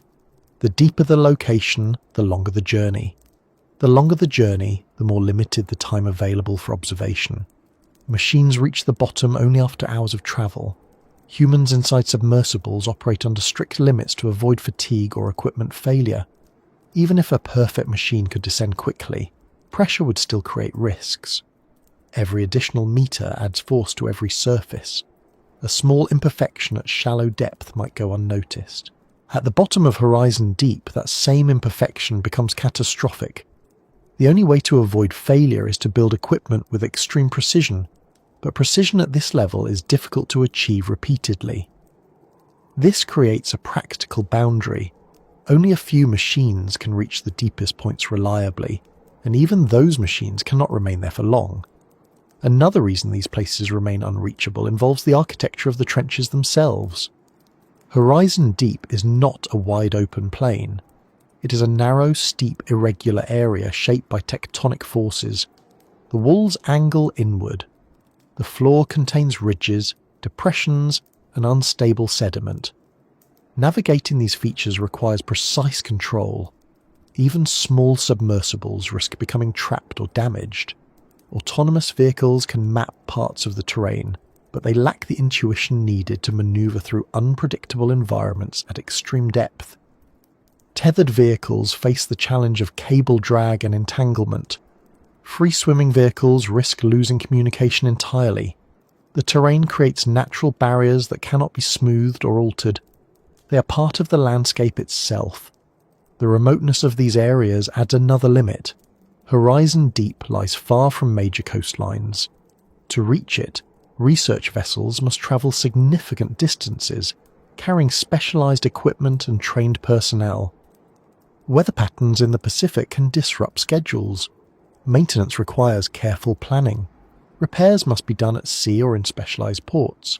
Even if a machine breaks at depth, retrieving it becomes a challenge. If it becomes trapped or malfunctioning, it may never return. This remoteness increases costs and reduces the number of missions that can be undertaken. Fewer missions mean slower progress, leaving large gaps in knowledge. Energy limitations also contribute to the inaccessibility. Deep-sea vehicles require power for lighting, thrusters, sensors, cameras, communication systems, and life support if humans are aboard. Batteries have improved, but even the best batteries run out quickly under these demands. A vehicle might spend 10 hours travelling to and from the bottom, but only 30 minutes on the sea floor. Increasing battery capacity adds weight, which affects buoyancy and increases pressure on the hull.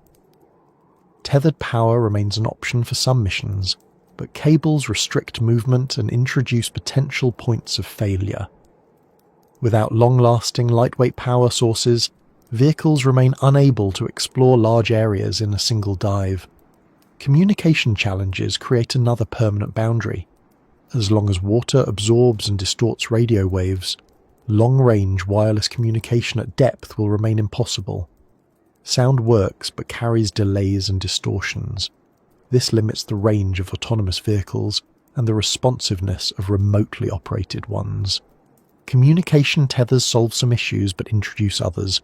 These constraints mean that machines cannot venture far beyond certain distances without losing contact. The unreachable areas often lie just beyond these limits, where machines might physically travel but cannot communicate safely. Temperature and chemical conditions add further complications. Near freezing water slows chemical reactions and affects how materials behave. Lubricants thicken. Batteries lose efficiency. Biological samples degrade differently. Sensors must be calibrated for these specific conditions. The combination of cold and pressure creates an environment where even minor mechanical issues can force a mission to end early. Maintaining consistent performance in such conditions requires equipment that must be redesigned for every mission, making widespread exploration impractical. Another reason some places remain unreachable is the slow pace of scientific progress under these constraints. Each mission to extreme depths requires extensive planning, funding, and specialized teams. The time between missions may span months or years. Technological improvements occur gradually. Every new advancement must be tested thoroughly before it can be deployed at depth. Even successful equipment may not be mass-produced because the cost is too high and the number of missions too low. This slow cycle of progress contrasts sharply with environments on land or in shallow water where frequent testing accelerates development. In the deep ocean, progress remains incremental. There is also the issue of incomplete mapping. While sonar and satellite measurements provide broad outlines, they lack detail at depth. The seafloor around Horizon Deep includes features too small or irregular to detect from the surface. Without detailed maps, planning precise dives becomes difficult. A submersible may encounter unexpected slopes or obstacles. Autonomous vehicles may misinterpret sonar data. The lack of detailed mapping acts as a boundary, because exploration requires accuracy. Without clear navigation references, machines must move cautiously, reducing the area they can safely cover. Biological and chemical unknowns also limit access. Some areas may contain organisms sensitive to disturbance. Others may host chemical gradients that disrupt sensors. Unknown hazards such as methane hydrate deposits or weak sediment layers increase the risk of vehicle failure. These hazards cannot be predicted fully from afar. Until they are understood, some regions remain off-limits or require conservative operation. Geological activity creates yet another boundary. The tectonic forces that form the trench continue to act beneath it. Small earthquakes and shifts can occur without warning. Sediment can slide, rocks can shift. These movements create risks for vehicles. While the likelihood of large-scale events during a single dive is low, the risk remains real enough to impact planning. No machine can anchor itself safely in these environments, and no human-occupied vehicle can rely solely on sensors to predict geological changes. This unpredictability contributes to the inaccessibility. A more fundamental boundary arises from the nature of the environment itself. Some areas may be theoretically reachable with advanced technology, but not practically within reasonable cost or safety margins. Engineering a machine capable of withstanding extreme pressure is one challenge. Doing so at a scale large enough for extended exploration adds more challenges.